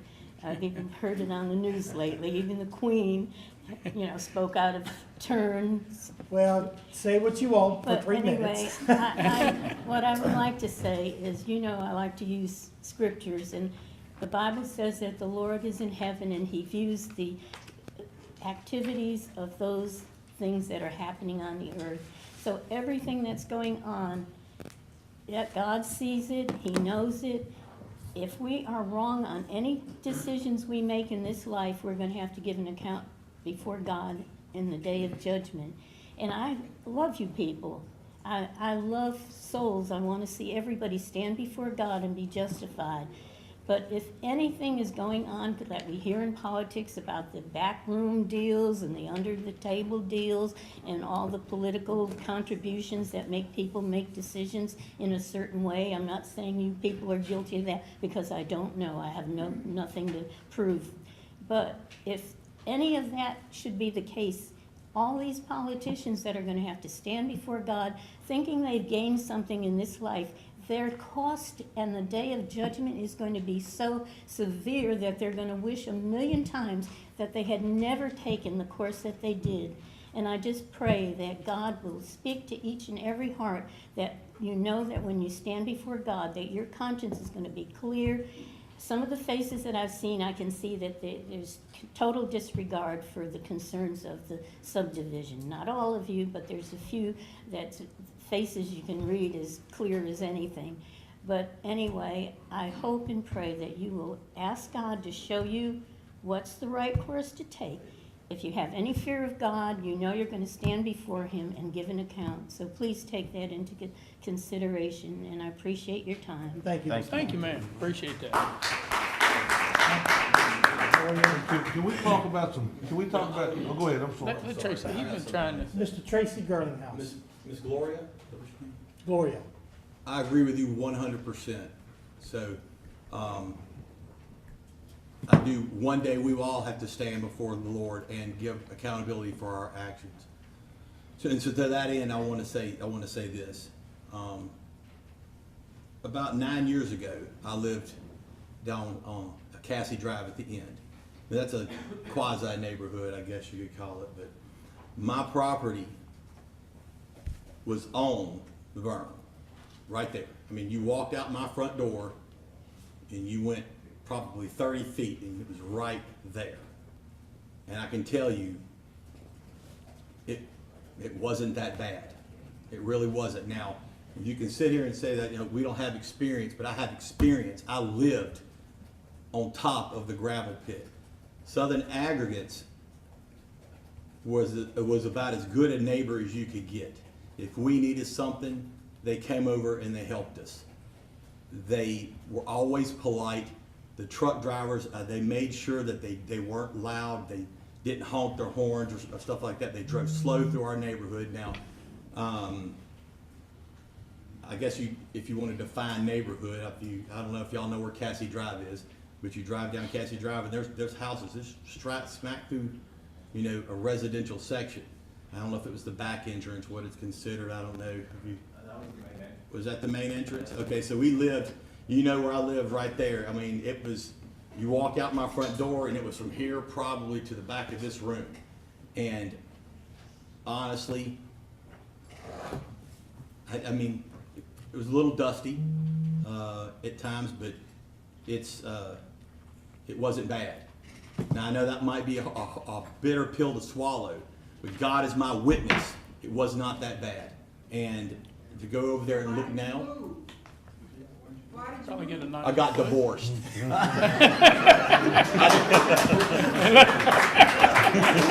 I didn't move away from the gravel pit, I moved away from my ex-wife. That's why. If you just have to know. Yes. And as far as what Mr. Norris said, about did we take campaign contributions? Yes, I did. Absolutely. I took a campaign contribution from Mr. Black. And we could use some more. But I also took one from Waste Management. But you passed it, you're gonna get more money. Well, no, because I also took one from Waste Management, and I guess they're going to see right after this where their money went, because I'm going to vote my conscience, and I'm going to speak my conscience on that. So, as far as this goes, as far as this this issue goes, I know that it's not the doom and gloom and the end of the world like everybody's putting out to be. I also believe, like the gentleman before her that got up and spoke, he said the property values will go back up or increase. It should. They plan on putting there's going to be a nice lake there. They're going to develop around that. I mean, that's why I hated to call a time limit. The quicker you get in and mine the gravel and get finished, then they're gone, and then they build a new subdivision instead of dragging it out. You know, all these things seem to be bathed in half-truths. You want to come up and speak half-truth. You know, is that a lie? Yes, that's a lie. A half-truth is a lie. So, no, I'm not calling you a liar. I'm just saying a half-truth is a lie. And the truth is, I have lived on a gravel pit. How long? 2 years.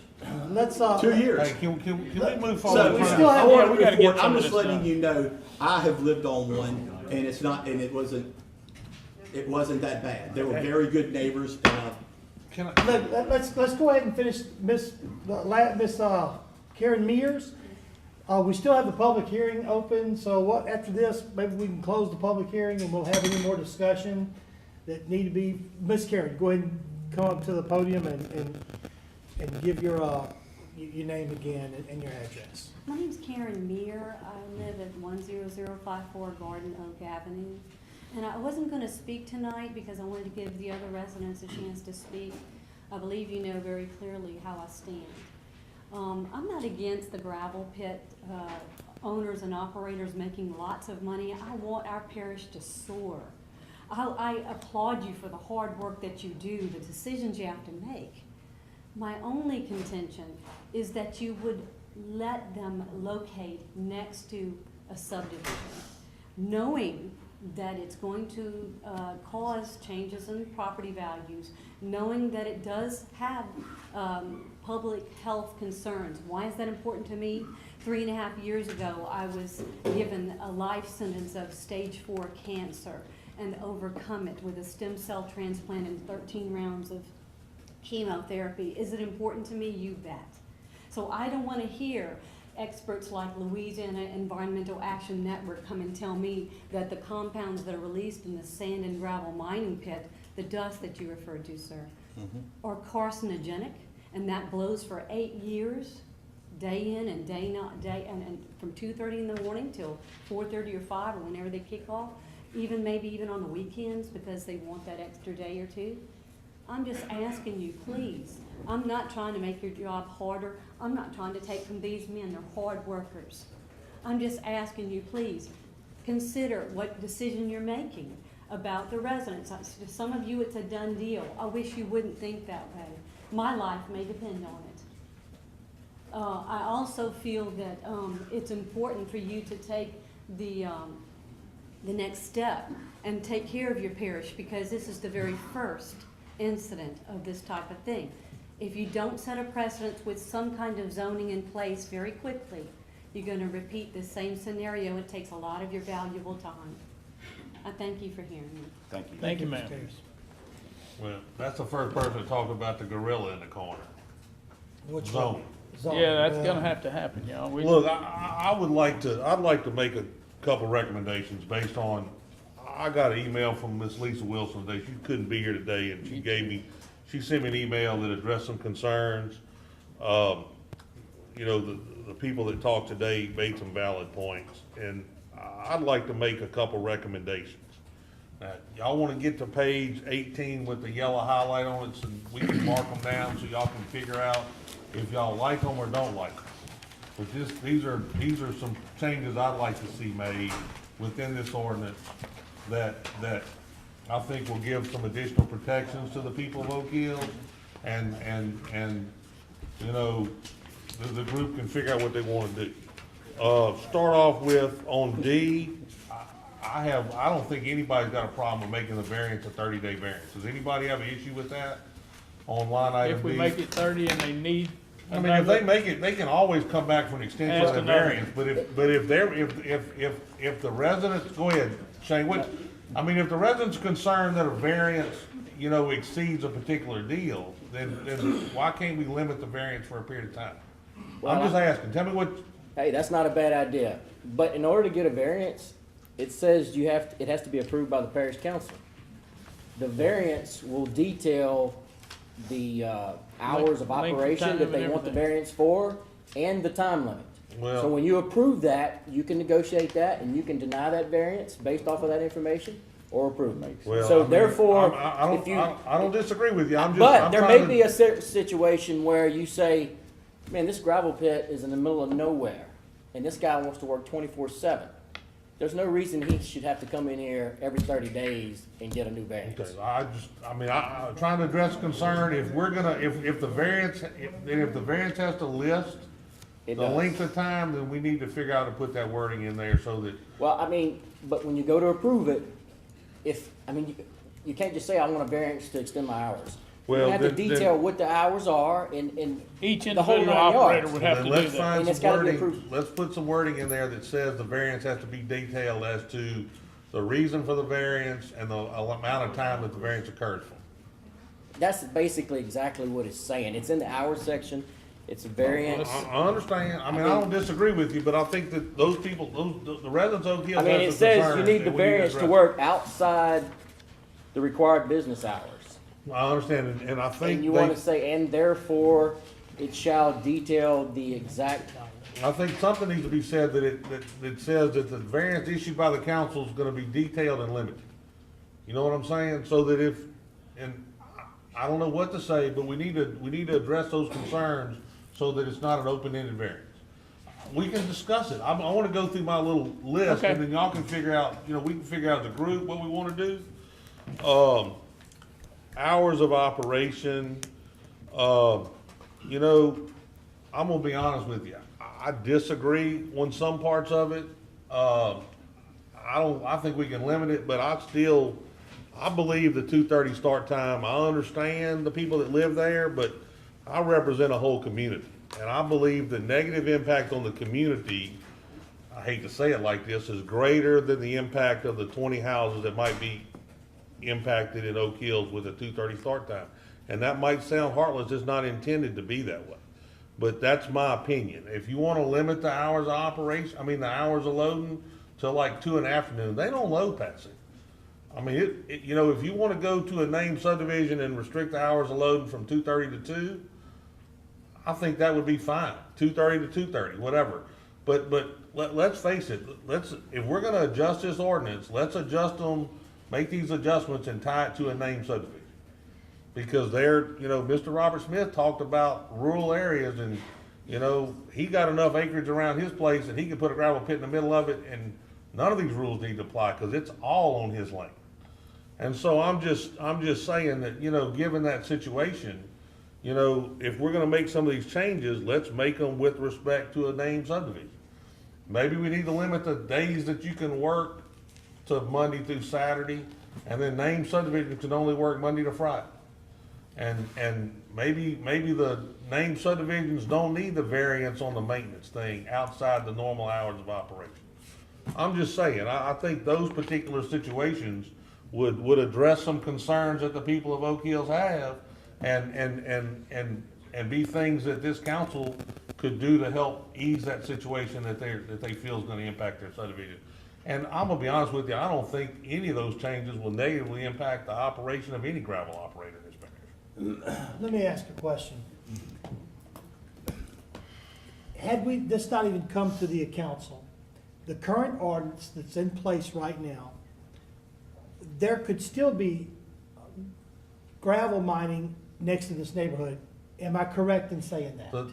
my answer would be yes. Yes, Yeah, okay, so what we've done as an ordinance committee is got together and said, look, had we not even got together, there would be mining gravel next to this subdivision really soon.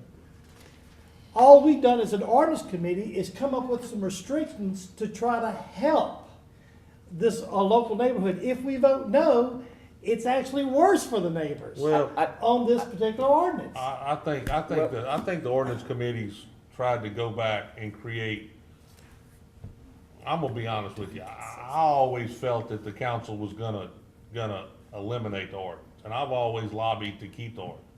And so I think in the process, we created a situation of a compromise.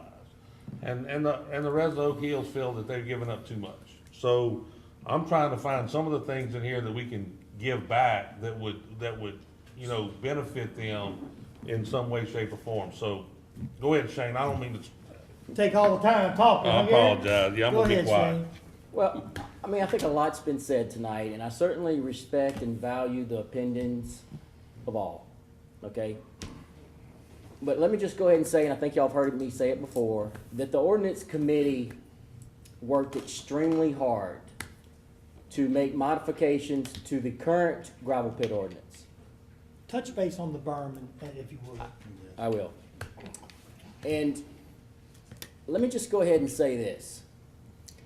This job of modifying this ordinance was extremely difficult because you have to take into consideration the people that live inside Oak Hill subdivision, the people in Livingston Parish as a whole,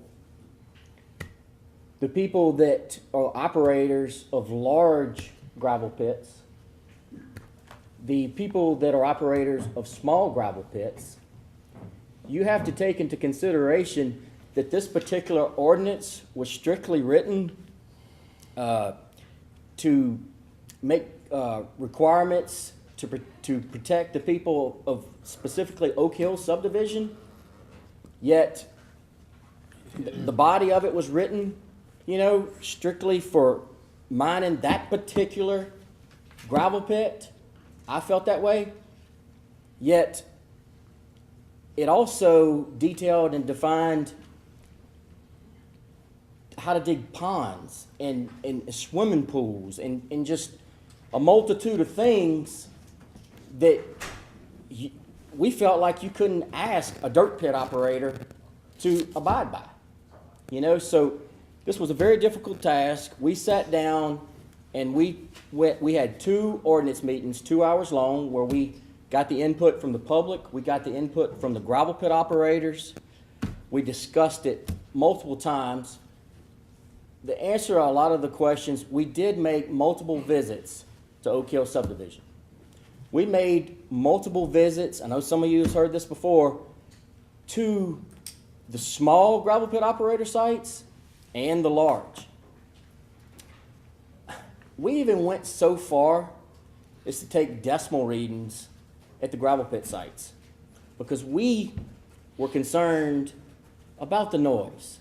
That was majority of the people's concern, dust and noise, and we wanted to know what we were dealing with, okay? In saying all of that, I listened to all of y'all's comments about how this ordinance was a win for Southern Aggregates. I'm just going to go ahead and tell you, it did upset me to hear that, okay? Because I feel that you're dead wrong. We enhanced this ordinance to protect the people quality of life in Oak Hill subdivision. And if you say, well, how'd you do that? I can explain it. Please do. Good question. Do we get to respond? That's a question for John. He's more familiar with this type of I think the operation. public hearing should be closed now. Let's, Okay. go ahead. We've heard the facts. Let's go ahead and. Okay, listen the to what original ordinance. Give the council members a chance to talk. I'll just try to roll through it, okay? The original ordinance only required a 25-foot setback. Amen. We changed it to 50, period, okay? So the setback is 50. The original ordinance said 125 feet from the property line of the residential houses in the subdivision. Yeah, we did go back and change it to 200 feet from the residential house. But if your house is 50 feet off that property line and you add 125 to it, that's 175 feet. We pushed it back an extra 25 feet for the people of Oak Hill subdivision. So your setback is further, okay? That was an enhancement. From the property line or from the house? There's 2 different things now. Okay. You're saying the house. I'm That means saying- it's actually closer. Okay, I'm saying that the setback is pushed back further, depending on where your house is, okay? I can explain that, okay? Another thing, the old ordinance, if y'all vote to leave this in place, the berm height says, it says 12 feet. It says 12-foot berm, okay?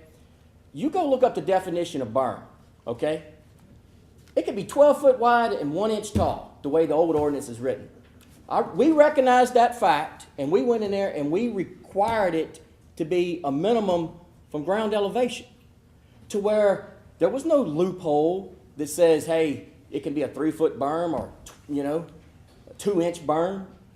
We modified it to require it be an exact height, no less, okay? There's multiple modifications in here that actually enhances the old ordinance. Let me just throw this out at you. I know that the old ordinance is in place. A lot of people said, we shouldn't do this. The old ordinance is in place. The gravel pit is coming. There's nothing that this council can do, to the best of my knowledge, to stop it.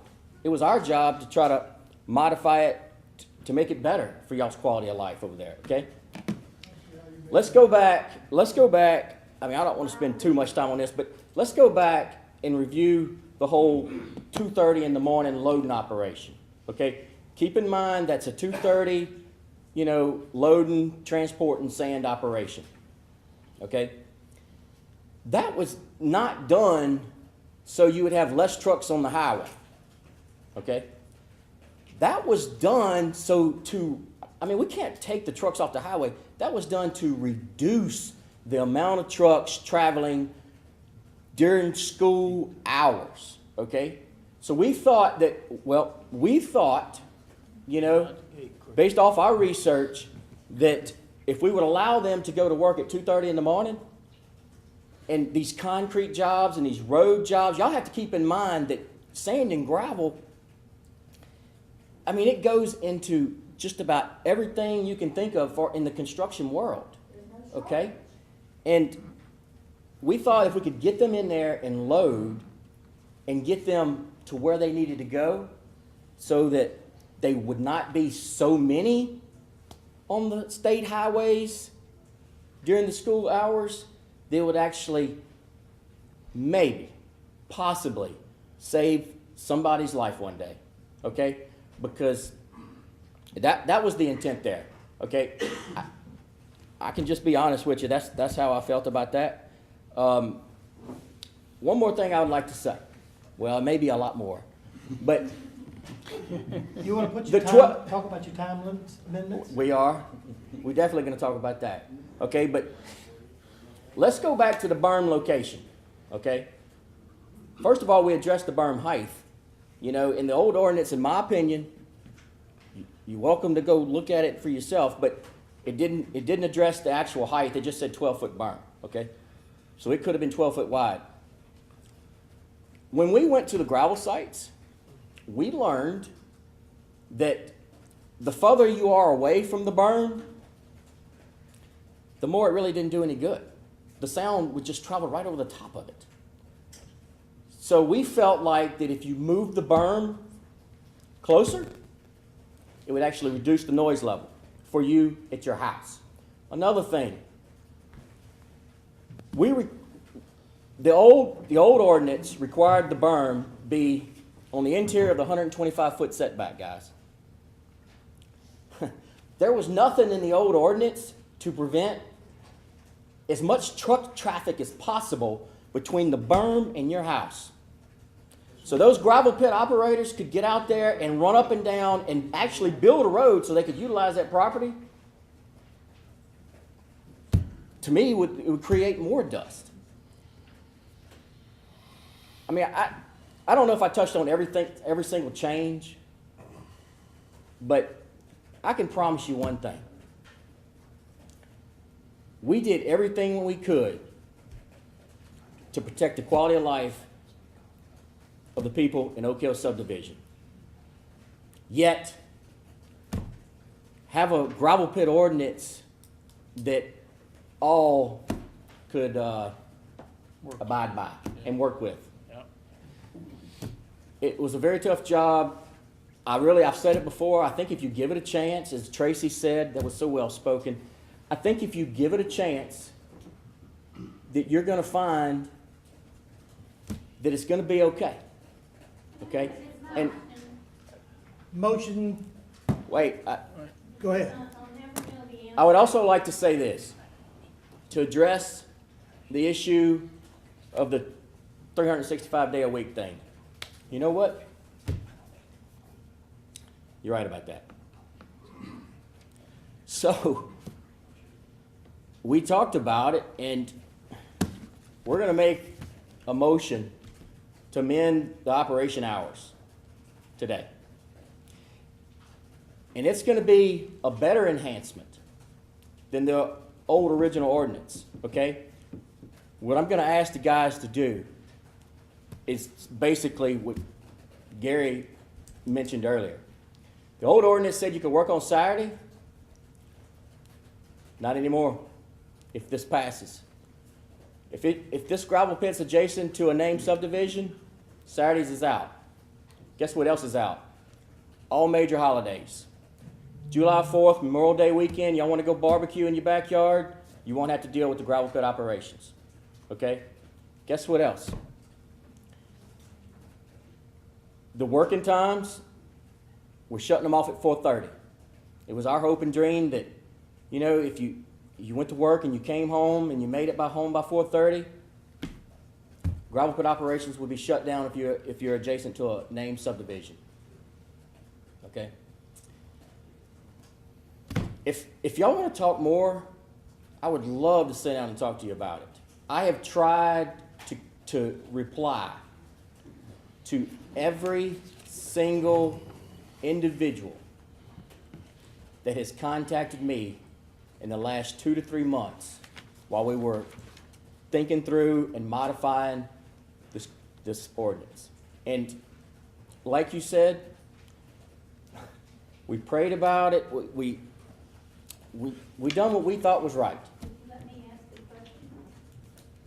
Is that acceptable? I asked you if Mr. Black could show me, you know, the pond is right behind my property, and you said you would contact him and have him call me. I have never heard anything from him. I called Mr. Black that weekend, and he was out of town and unavailable. Okay, will he be willing to But come? he has stated multiple times that he would love to take any of you individuals on any of his sites to review that type of thing and to answer any of your questions. And I mean, he said that in the ordinance meetings. I'd like to see where all this is going to be in our neighborhood. Would he be willing to show me around our neighborhood exactly where this is going? Because that map is not very good for the average person to understand. I'm gonna get it, John. I can't speak for Mr. Black. He can answer that question, and then we're gonna make a motion. Will you answer that question? I am so apologetic. I didn't quite hear the entire question. Okay, I'm on Oakview Lane, and behind all these houses on Oakview Lane is a great big pond. I don't know what the name of it is. But on the other side of the pond is a big expanse of green grass, an open area. Beyond that are a bunch of trees. It's supposed to be wetlands. I can't find anybody who can give me a definitive answer as to whether they're going to dig gravel on the other side of that pond. Because, number one, the thing I thought was so wonderful when I bought this Okay, house. let's hold on for a second. Why don't you and I Y'all can chat talk about that afterwards, after the and meeting. I'll give you my number, and I'll give you my number. There you go, Hey, there you go. We do need to move forward. That's the only way I But see it. that pond, to the best of my knowledge, is located within the subdivision. The gravel pit operations are on their property outside the subdivision. Yeah, that retention pond's not gonna be affected at all. No. Yes, ma'am, if you're talking, I know, I apologize if I may, I'm so sorry, just to clarify. If you're talking about the drainage pond for Oak Hill subdivision, Yeah. we're not even, You're not gonna be over on the other side of the pond? we're not gonna be in proximity to that pond. You're not? No, ma'am, Well, not at that's all. good, because That's owned by a different first time gentleman. I've Yeah, gotten that any. property. Shane, you got a motion? To Oak Hill subdivision at the. Come on, bro. Come on, man. Let's go. Okay. Nah. All right, I'd like tonight to make a motion. This is gonna take it's a lot to read here. Just give me Go a ahead. second. I'd like to make a motion to amend the proposed ordinance. Okay? I wanna amend section 9-111-4. Okay, operation of hours. Hours of operation. Okay.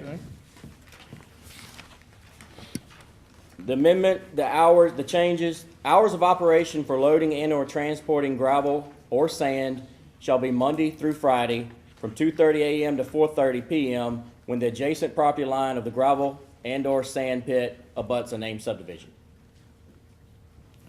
So that does address the 365-day a year operation when you're adjacent to a named subdivision. Okay, plant production hours shall be Monday through Friday from 5 a.m. to 4:30 p.m. when the adjacent property line of the gravel and or sand pit abuts a named subdivision. Okay. There shall be no loading, transporting, or plant production of gravel and or sand on any major holiday such as New Year's Day, Good Friday, Memorial Day, July the 4th, Labor Day, Thanksgiving Day, Christmas Eve, or Christmas, when the adjacent property line of the gravel and/or sand pit abuts a named subdivision. Hours of operation for loading and/or transporting gravel or sand shall be from 2:30 a.m. to 5 p.m. when the adjacent property line of the gravel and/or sand pit does not abut a named subdivision. Did you catch that? If you One more time.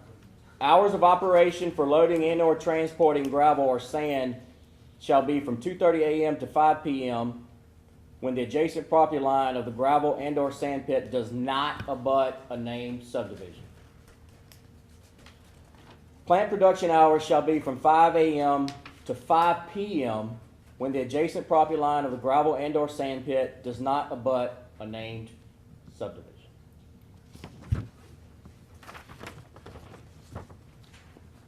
Can I get a motion to amend the proposed ordinance? You make it. You make the You motion. make- I want to make a motion to amend the proposed ordinance. Yeah. What we need to do first, we need to have a motion to close the public hearing. Okay. I'll make that motion. Motion by Mr. Jeff Avon. Second by Mr. Jeff Ard. All in favor, say aye. Aye. Any opposed? None being, the public hearing is now closed. So what we would need to do is, need to have a motion to adopt an ordinance as amended with your amendments. That's right. And I want to make another motion. Another amendment? No, I want to make a motion to accept it. You know, the Yeah, current motion proposed to- ordinance yeah. with those the amendments that current you amendments spoke. that I just spoke of. So you making a motion, To adopt this ordinance I'll second that. with those amendments that he said. Motion. No, wait, we got, Okay. We need to vote to amend okay, ordinance. all right. Then make another vote Okay. to adopt as Motion to amended. amend. Motion to amend. Second by Mr. Scooter King. That's good. Any discussion on that? None being, all in favor say aye. Aye. Any opposed? Okay, so that motion has been, that ordinance has been amended, Sandy. Correct. So now we need a motion for the adoption. To adopt as amended. Adopt as amended. That's you. Yeah. Motion by Shane? Shane Mack, second by Mr. Scooter King as well. Any discussion? None being? Ms. Sandy, would you call for the vote, please? Mr. Garlinghouse. Yes. Mr. Talbert. No. Mr. King. Yes. Mr. Harris. Yes. Mr. Mack. Yes. Mr. Lobel. Yes. Mr. Wascom. Yes. Mr. Ard. Yes. Mr. Avery. Yes. Can we have a 5-minute recess or no? We almost done. All right. Oh, I see. Really? Really? We You not almost see the done. gorilla sitting in the We corner? almost done. I'll make a motion for a 5-minute recess. Do y'all really Yeah. do? Okay. I'll second it.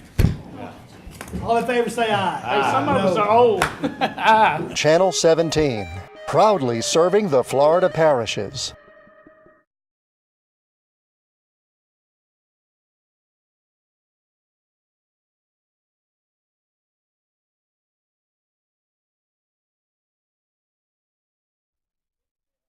Okay. A long 5 minutes. Mr. Shane Mack made the recommendation, we take a 5-minute break. There was 9 of us with one hole. Okay? Oh, okay. But we left, after item number 18. So that was completed, correct, Sandy? Done. Item number 19 is a public hearing, to hold a public hearing and adopt an ordinance, Livingston Parish 16, amending LP 00-11 relative to waste management arrangement with deep well injection. So, I hereby declare, the public hearing has been advertised, in the newspaper. All due notices have been sent out. Time has expired and publications have been sent. So I hereby declare a public hearing open regarding this ordinance. We have a hand raised right now, so please come to the microphone. Wait. Hey, can I make comment about this? Sure. Okay. I want to talk about one thing before we get into the public hearing, if I can. Okay. This ordinance is strictly amending the business relationship between the parish and Waste Management. This council is not gonna permit a well.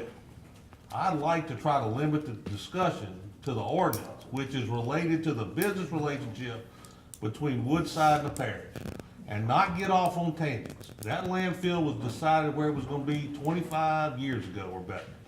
30, whatever. I mean, it's been there a long time. Yeah. And so I would like to limit the discussion to what the ordinance is about, which is a business relationship between the parish and Woodside. Is that possible, Mr. Gyro? I have a question. Uh-oh. Before you do that, this is from I got this out of the Morning African. Okay, this is May 9th. I got this is a copy of what they had in the African, what this was about. This is what they said. Now, I'm gonna give you some highlights of what I found out. Your name, please. O'Neill Coogan. Where you live at, Mr. Coogan? 24095 Joe May Road. Joe May Road, okay, Yes, go ahead. sir. Are you ready for me to start now? Okay. Wait. Before we start public hearing, I wanna know, can we limit, I asked the parish attorney a question. Can we limit the discussion to what the ordinance is about, which is a business relationship between Waste Management and the parish? It's a public hearing, is the ordinance, so we have to talk about, we have to hold a public hearing, Gary. I understand, and I'm understand your all concern. I'm all for the public hearing. But this parish, Well, you've made your. So what point do you not known. wanna talk about? I mean, yeah, I see what you're saying, I don't but wanna drag this thing out about stuff that's already been decided, just like we tried to limit the discussion on the gravel pit to the stuff we were discussing, and not the fact that that we're approving the pit. The pit been approved. We're Yeah, I trying mean- to. he would be 2 minutes past his 3 minutes. Okay, let's go. Let's No, go. I haven't got even started yet. Okay. Okay, Okay, Mr. first off- Coogan, try to keep it to 3 minutes. Okay, if I'm you will. gonna do my best. Thank you. Okay, the contract right now we have does not does not permit drilling. You want to remove that provision. It says in the Morning Advocate that 75% of liquids injected in a proposed well would be leachate from the landfill itself, with the rest coming from off-site sources. Mr. Mason said, Waste Management has not yet determined what those off-site sources would be. And it also says, no royalties would be paid for liquid waste generated by the landfill according to the proposed contract amendment. So you don't get anything on 75% of the stuff that's gonna be injected in the wells, according to the newspaper. And it said it would be built along with receiving bays, tanks, backup well on about 3 acres just north of existing site. Well, okay, it also says it has a limit. The contract we have now has a limit on how much of the Cavenham acreage Waste Management can use for waste disposal in addition to the parish's original 100 acres. This removes that provision. But it also removes the council's ability to approve or disapprove of any disposal of any out-of-state waste at landfill. Now, it also is for 10 wells at 10,000 foot. What? Oh, yeah. Where did you say that? I've got that right here. Oh, no, I believe that was in. Oh, but anyway. Well, I thought. Go ahead, let him, he's on his 3 Okay. minutes. Well, I'm still cooking. Go ahead, Okay, you I'm still got a cooking. minute. All right, all right. We'll get this. Well, what I'm trying to say is, these wells could possibly cause earthquakes. Not in Louisiana. Anybody look at 60 Minutes last Sunday? Earthquakes, is that what you said? Earthquakes? I'm saying, I'm did you just look at making 60 sure. Minutes on the TV show last Sunday? They had these deep well injections cause earthquakes. There is a fault line beneath Woodside landfill. What happens when if we have earthquakes? You don't feel them in Louisiana. Huh? We have them every day, all day long. You can check with LSU. I know, but you don't have wells going 10,000 foot down. Well, yes, we do everywhere. Oh, okay, well, at Woodside landfill, you don't. No, not right there. No, Not you at the don't. moment. But right now, they are prohibited from that. But what I'm But trying we're to gonna- say is, I think that it would be. Give a couple, but, let's see. Yes, sir. I think it would be a good idea not to, not do that. Oh, well, I guess that's my three. Thank you, Mr. Yes, sir. Kuvion. Thank Yes, you we very much. appreciate All that. right, y'all have a good day. So- Thank you, sir. You said everywhere. So All over the place. We read the same thing Public last hearing night. is still open. Anyone else that want to speak for or against this ordinance? To my left, They're to all my of right. varying depths. None being, is there a motion to close the public hearing? No, I mean, well, you wanna close the public hearing? Yes, close the public hearing. All right. Motion by Tracy Garlinghouse? No. Oh, no? second. No, I didn't get a motion yet. I'll Will you make a motion? I move. Motion by Gary Calvert, seconded by Mr. Jeff Avery to close the public hearing. All in favor say aye. Aye. Any opposed? Nay. Okay, you want to tell us why? I mean, or, Ms. Cindy, call for the vote. Mr. Garlinghouse? No. Mr. Talbert? Yes. Mr. King? Yes. Want to keep on Mr. the Harris? public talk? Yes. Mr. Mack? Yes. Mr. Liddell? Yes. Mr. Wascom? Yes. Mr. Ard? Yes. Mr. Averett? Yes. All right, so, Ms. Sandy, is there a motion to adopt the ordinance? I'll make a motion to adopt it. Motion by Mr. Gary Talbot to adopt this ordinance. Is there a second? I'll second it. Second by Mr. Scooter King. Discussion. Okay. Hold on, before we have discussion, Can I read it real let fast? Ms. Sandy, she needs to read the ordinance. So this is proposed ordinance 16-11, ordinance amending and reenacting LP ordinance 00-11, adopted March 27th, the year 2000, by vote of the Livingston Parish Council, being an agreement between Waste Management of Louisiana LLC and the Parish of Livingston relative to Woodside landfill. All right, discussion. I guess my question would be, how much, they're saying in this article, and I'm looking at it too, 75% is of the leachate that's going into the well.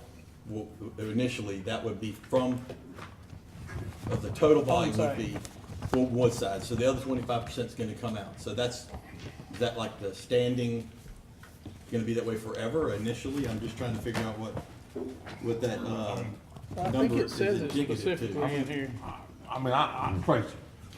The Waste Management told us, I know, I sat down and visited, did everybody sit down and visit with them? I sat Yes. down I and did, visited with them. yes. We all had questions, we all had to ask them. The initial response was that 75% of the activity In the well. in the well is gonna be leachate water. And there's a possibility that the other 25% will come from some other source. They don't have that customer yet But because maybe they don't. not. Some other source of. So it's gonna be outside- another customer, Of it's gonna be some non-hazardous outside waste. customer. That's gonna bring leachate in? Maybe. I don't know, well, Hazardous no, because they're applying for a type 1 and type 2 well. A type 2 well will be able to take salt water or brine or whatever you wanna call it from oil wells. So there's gonna be two type, that well that they're gonna apply for is gonna be a type 1 or a type 2. Am I correct, they're type 1 and type 2 well? And Which that's will allow- if they get approved for both That's if permits. DNR approves it, but basically what it'll be is a non-hazardous injection well that can take non-hazardous liquid waste, or it can take oil field, brine, or salt water. That's my understanding in the research I've done and what I've been told. Yep. Okay, Okay, so, well, wait a second, who knows the level of leachate that's gonna be generated over the life of the well? You understand, over the life of the landfill? Sure. It could be more than that, it could create less water. If certain parts of this ordinance are adapted, I guarantee it'll generate somewhat less leachate, and there might be more space, but who knows? But the current level of leachate that they generate at this point in time, they feel that 75% of the capacity of the well will be utilized by them. That's all we can ask them to tell us. so, but it's my understanding that the leachate that comes off of Woodside now is treated at Woodside and then sent to Walker's treatment plant. Right. Where it's treated Again, a second time. right. Then it's put out into the stream. So Right. I want to point out that it's not going to be treated twice. So I think there's a misconception that what's going out into the stream that's going out of Walker's plant is exactly the same as what's going to be put into the ground. Woodside at present can pre-treat and discharge straight to Middle Coyell without coming to Walker. Exactly. But So they it's gonna don't. be that clean. They don't. They have a permit now to pre-treat and discharge straight to Middle Coyell. They have to pre-treat before they can put it in the injection well, otherwise they'll ruin their well. They've got to pH balance it, they've got to deal with certain chemicals they might or might not have, because they can't just shove anything they want to in the sands and think they're gonna remain porous. Yep. So the water's gonna be pre-treated to a level that is acceptable within their permit, and then deep well injected.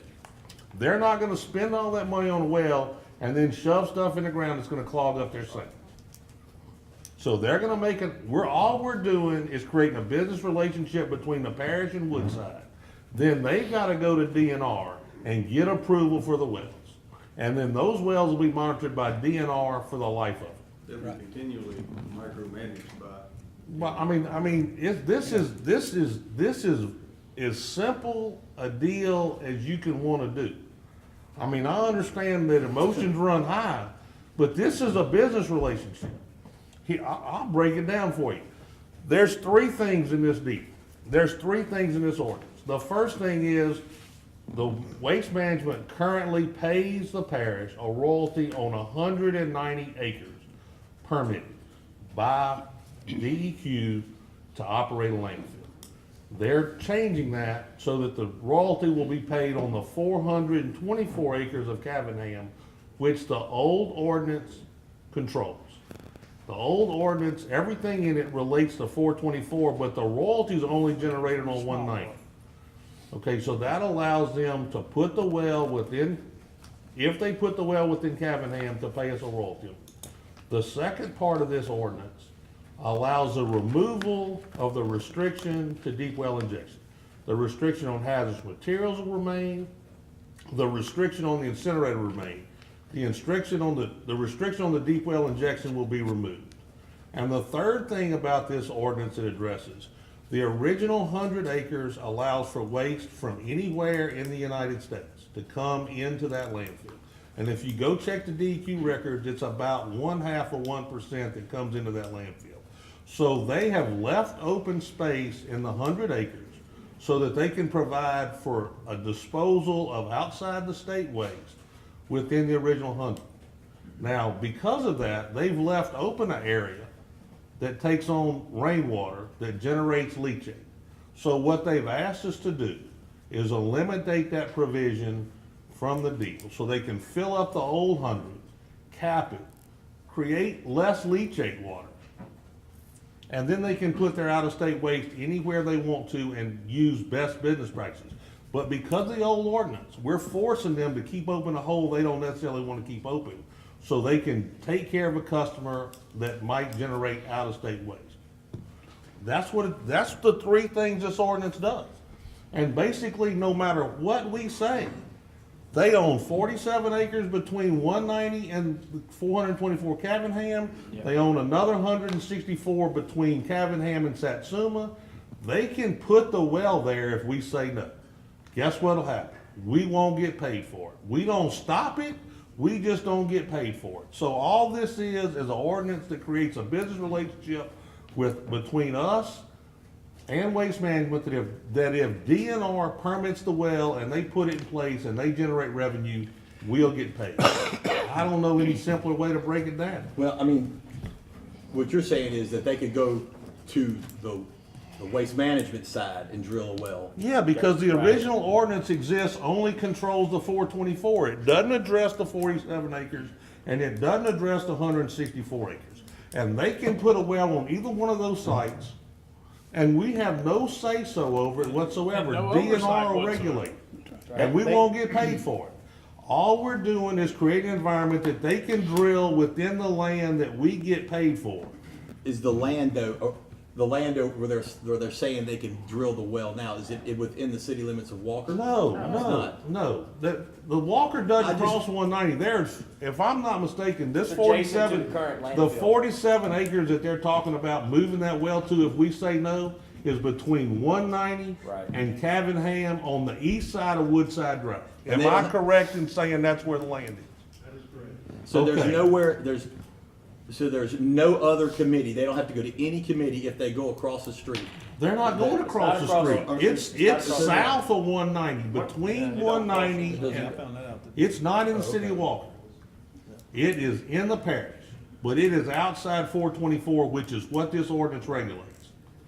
So all we're doing is amending this ordinance to get paid. I mean, I understand why we're asking to amend the ordinance as it pertains to Woodside, because you have to go before us to do that. Right. But there's no other committee, or even this committee, they would have to go for to drill another well. Yeah, they gotta go to DNR. They gotta go get, we're just allowing them, we're removing the exemption on wells, which will allow them to make application to DNR within the 424 cabinet. If we vote no, they're just gonna move forward 300 or 400 yards, whatever it Still go is, to DNR. and they're gonna make the application to DNR within the 47 acres.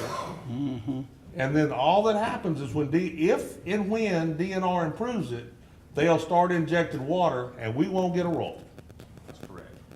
Yep. So, my question, Mr. Mason, how deep is this well do y'all propose to be drill? determined. It'd have to be. It's to be determined, I'm Oh, sure. you don't know- I mean, do we have Well, you a, gotta do geology and all and see whether it even will be of work there. It Do may y'all not. have a projection, David, on where it might? Well, we hadn't finished the permit application yet. We got to go through this step first to get your approval to do this. If we're gonna do it on 424 acres, the application has not been completed. We will submit an application to the Department of Natural Resources. They'll do a technical review on it, and during that review, it'll be determined what level the injection zone will be. do we have just an average that's 3,000 feet, 8,000? It would be over 4,000 feet. It could be 10,000 feet. Do we know what the wells in the area that are already there are at? Permitting process. That's right. Cause it'd probably be close. Do we know what the wells in the area that are already existing, the injection wells? An average, cause it'd probably be similar. No, I because mean, when you go to the web, No. well, I know when you go to all the websites and you study all this, it says the Gulf Coast is prime for this kind of thing, cause the earth doesn't shift. We don't have granite underneath us holding this up and causing fractures and all this stuff. So if there's a best case scenario, it's along the Gulf Coast. but, I mean, No. I mean, I how would many, imagine how some- many deep injection Not wells in are this there? area, no. There's 3 within 2 miles. Well, Of I think Woodside. it's, I'm talking about that, I think it's almost 4,000 in the state of Louisiana, if I'm correct. Yeah, and 40 of them, and all but. 3,900. Yeah, 3,900 something. And most of them are type 2 oil field deep injection, but there are 40 that fall outside of that category. That aren't just for salt brine? Or just from, and there's some that are, there are some that are hazardous, there are some that are non-hazardous, and what we're looking at is, this is a non-haz landfill.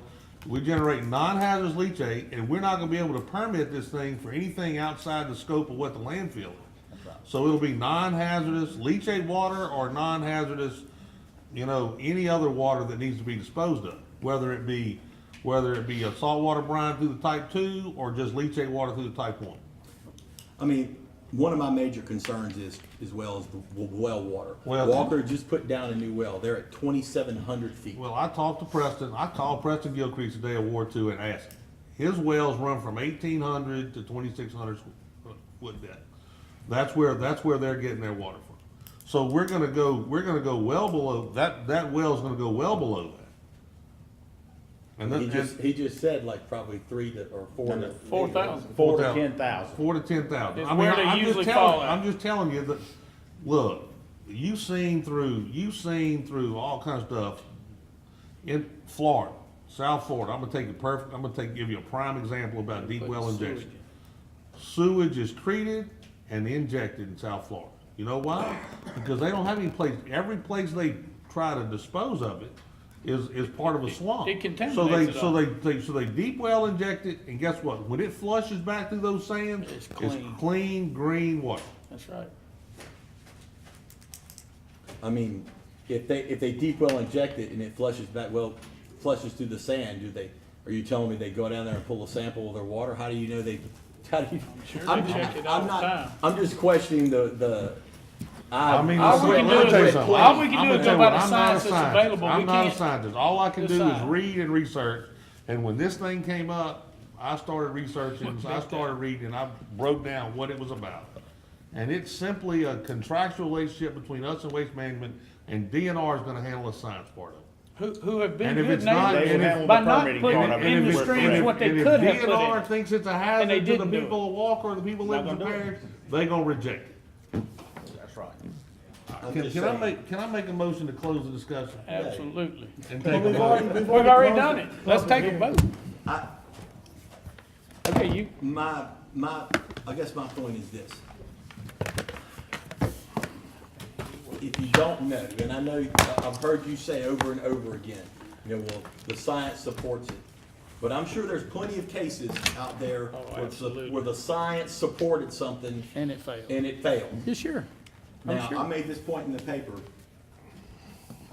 that I know Waste Management came in and they took over a dump that was a disaster. Yes, sir. From the seventies. I've drove there plenty of times myself. And when my dad would take me over there, and they took that over.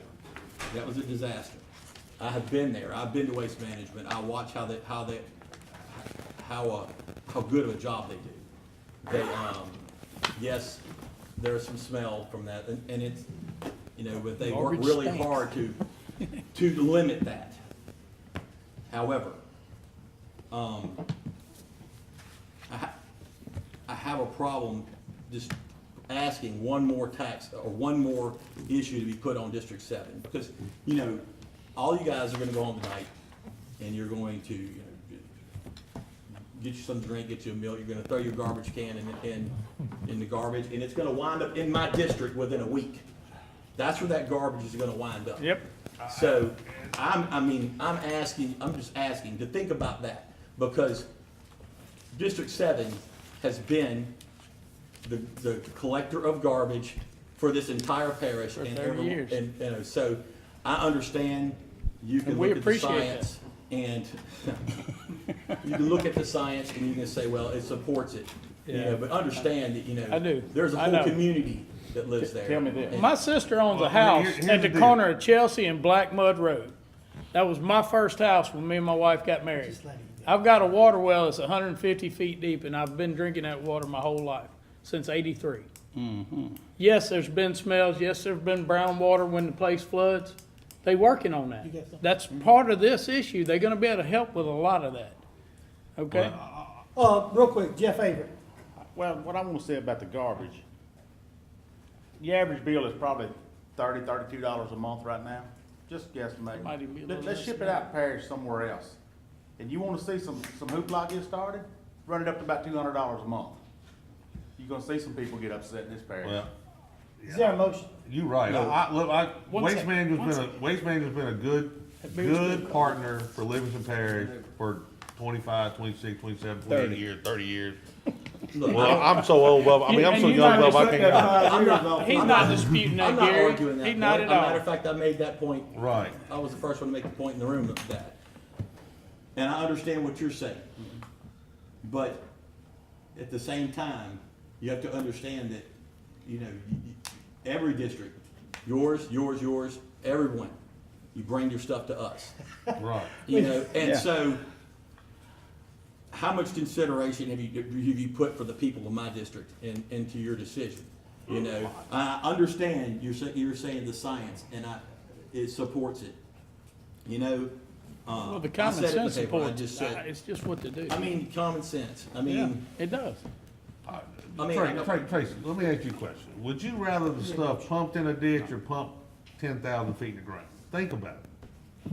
I would rather it go through a treatment plant. I understand, but Get treated, go through a treatment plant, and go into the. But if Waste Management can pre-treat and discharge now, wouldn't it better off to pre-treat and inject at a 10,000 foot depth or 8,000 foot depth or whatever it is? What I mean, I'm just telling you what their permit allows them to do now. And what you're saying is that you're more worried about deep well injection than you are surface discharge? No, what I'm saying is they do that now. They can. Do they do that? No, they don't, but they can. What I'm telling you is they are capable of doing that if they want to. Okay, But they so- don't. But they're more than capable of doing that if they want to. Their permit allows for that. But what they want to do is deep well inject it as an effective way to treat it. And as far as sending the garbage there, we're always gonna send the garbage. Well, and I'm gonna It's say- not gonna change, we're not gonna close it, That pick that decision, dump up, that move it decision was somewhere. made 30 years ago. I know that, I agree, it was, that was made way before our time. I'm sorry if I'm wrong. No, it's on- good. No, no, Tracy, it's not important, just Tracy, you. it's not important. just you. I mean, it's a little, No, that's fine. it's important. It is It is. important. It is important. If they're not treating the water, if they're treating the water now and then sending it to Walker and treating it, if Walker treats it, then it goes out. Will you at least admit that product that comes out that way is better than what's being put in the ground? Probably so. But that does not account for the fact that there is an issue with the volume of water that Walker can take. And that's what brought the whole thing on in the first place. Yeah. I mean, it's what needs to happen for them to stay in business. Well, then to stay in business. They gotta deal with the leachate water, and if they got more leachate water than Walker takes, they gotta be able to address it. I think it's time to vote. I think That's it is my too. opinion. Is there a Tracy. motion? Hey, I but got one thing, I and one just- thing only, and I'm going back to the old days. We already have a motion set. Who made the motion? Gary Talbert. Who Gary, seconded it? Mr. King. Scooter King? So I, we're still in discussion? I just had 1 second. I just Go want to say ahead. this. Bo wants to say something too when he's. Go ahead. Chain Mag, please. You know, this was another very, very difficult decision for every councilman. But the facts are, as we stated earlier, that DNR will permit this deep well, and they own property that we have no control over. So, we're not voting to, in my opinion, stop the deep well injection. Like he said, we're just enhancing the business relationship between us. That being said, Bubba wanted to say one thing. What'd you want to say, and, Bo? Mr. Harris? all I wanted to say is, I was here in '86. 1986. Oh, we done heard that. Whenever, hush. We're gonna hear it again. You're gonna hear it again, that's right.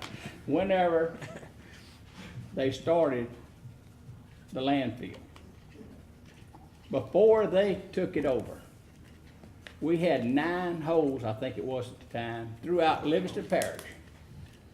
There was just open pits that the parish was trying to maintain. They couldn't have them covered every day, much less do the proper work. There was no liners in any of these pits. So the leachate was actually going in the ground at that time, Without any treatment. without any treatment, you're right. Tracy, I just want to say one more thing, buddy. They're, like Gary said, they're currently permitted to discharge their treated leachate straight to Coyote Creek if it need be, because Walker can't handle the volume. I just don't see where we really have a choice here. I think we just need to make a decision. Let's go with the motion. I agree. I guess if the water, when it floods, the water overflows and just goes to the neighborhoods or flows out. Yeah, pretty much. All right. It goes to Coyote Creek. It's discharged to Coyote Creek if Walker can't handle I it. think If, I no, think we they can't, they got retention to Well, yeah, hold they it. got They got retention, retention to and hold they it don't- right now, but if they needed to and Walker couldn't take it, they could discharge it. yeah. Okay. Then, And if let's- that's the case, Let's just go ahead, go ahead. Let's go. there are drainage improvements that need to be done around Woodside. No, I'll address that at a different time. Go You ahead. can't control the amount of water that'll fall at a certain time, and it's more than they can handle, so they. Good. Hey, I gotta do some housekeeping before we vote. If y'all remember, when this ordinance was introduced, I had to declare a conflict and I had to, abstain from the voting or, because I had a conflict. That was Chris's recommendation, Mr. Moody's recommendation, based on a conversation or his interpretation of the law. Since then, you know, we made a little more formal request to the Ethics Commission about my business relationship. And I was told that you can't continue it and abstain. So I had to send a letter to Waste Management severing my business relationship with them because of my position on the council. But after I sent that letter, the Ethics Commission told me that I could vote on any matter after I severed that business relationship. So that was done 2 weeks ago. So I just want to know, when you see me vote, it's because I had to sever my business relationship with Waste Management because the Ethics Commission said I couldn't be a councilman and have a relationship with them. So I just wanted to let You stepped up and you're gonna do the. I just wanted to put that out there. I just need to do that. Appreciate that. Gary Talbot, Scooter King. Scooter King, I okay. thought that was just to close. No, the- that was. We're just ready to vote. Miss Okay, Cindy, well, let's vote. call for the vote. Do we need to read it? No, She's already read it. you're already ready. Okay, that was an hour ago. Mr. Garlinghouse, No. Mr. Talbot, Yes. Mr. King, Yes. Mr. Harris, Yes. Mr. Mack, Yes. Mr. Lobel, Yes. Mr. Wascom, Yes. Mr. Ard, Yes. Mr. Averett. Yes. Motion passes. Next item on the agenda, any reports by the district attorney? Nothing to report. Committee reports, ordinance committee recommendations, none being, Wait, oh, I'm sorry. 10 seconds.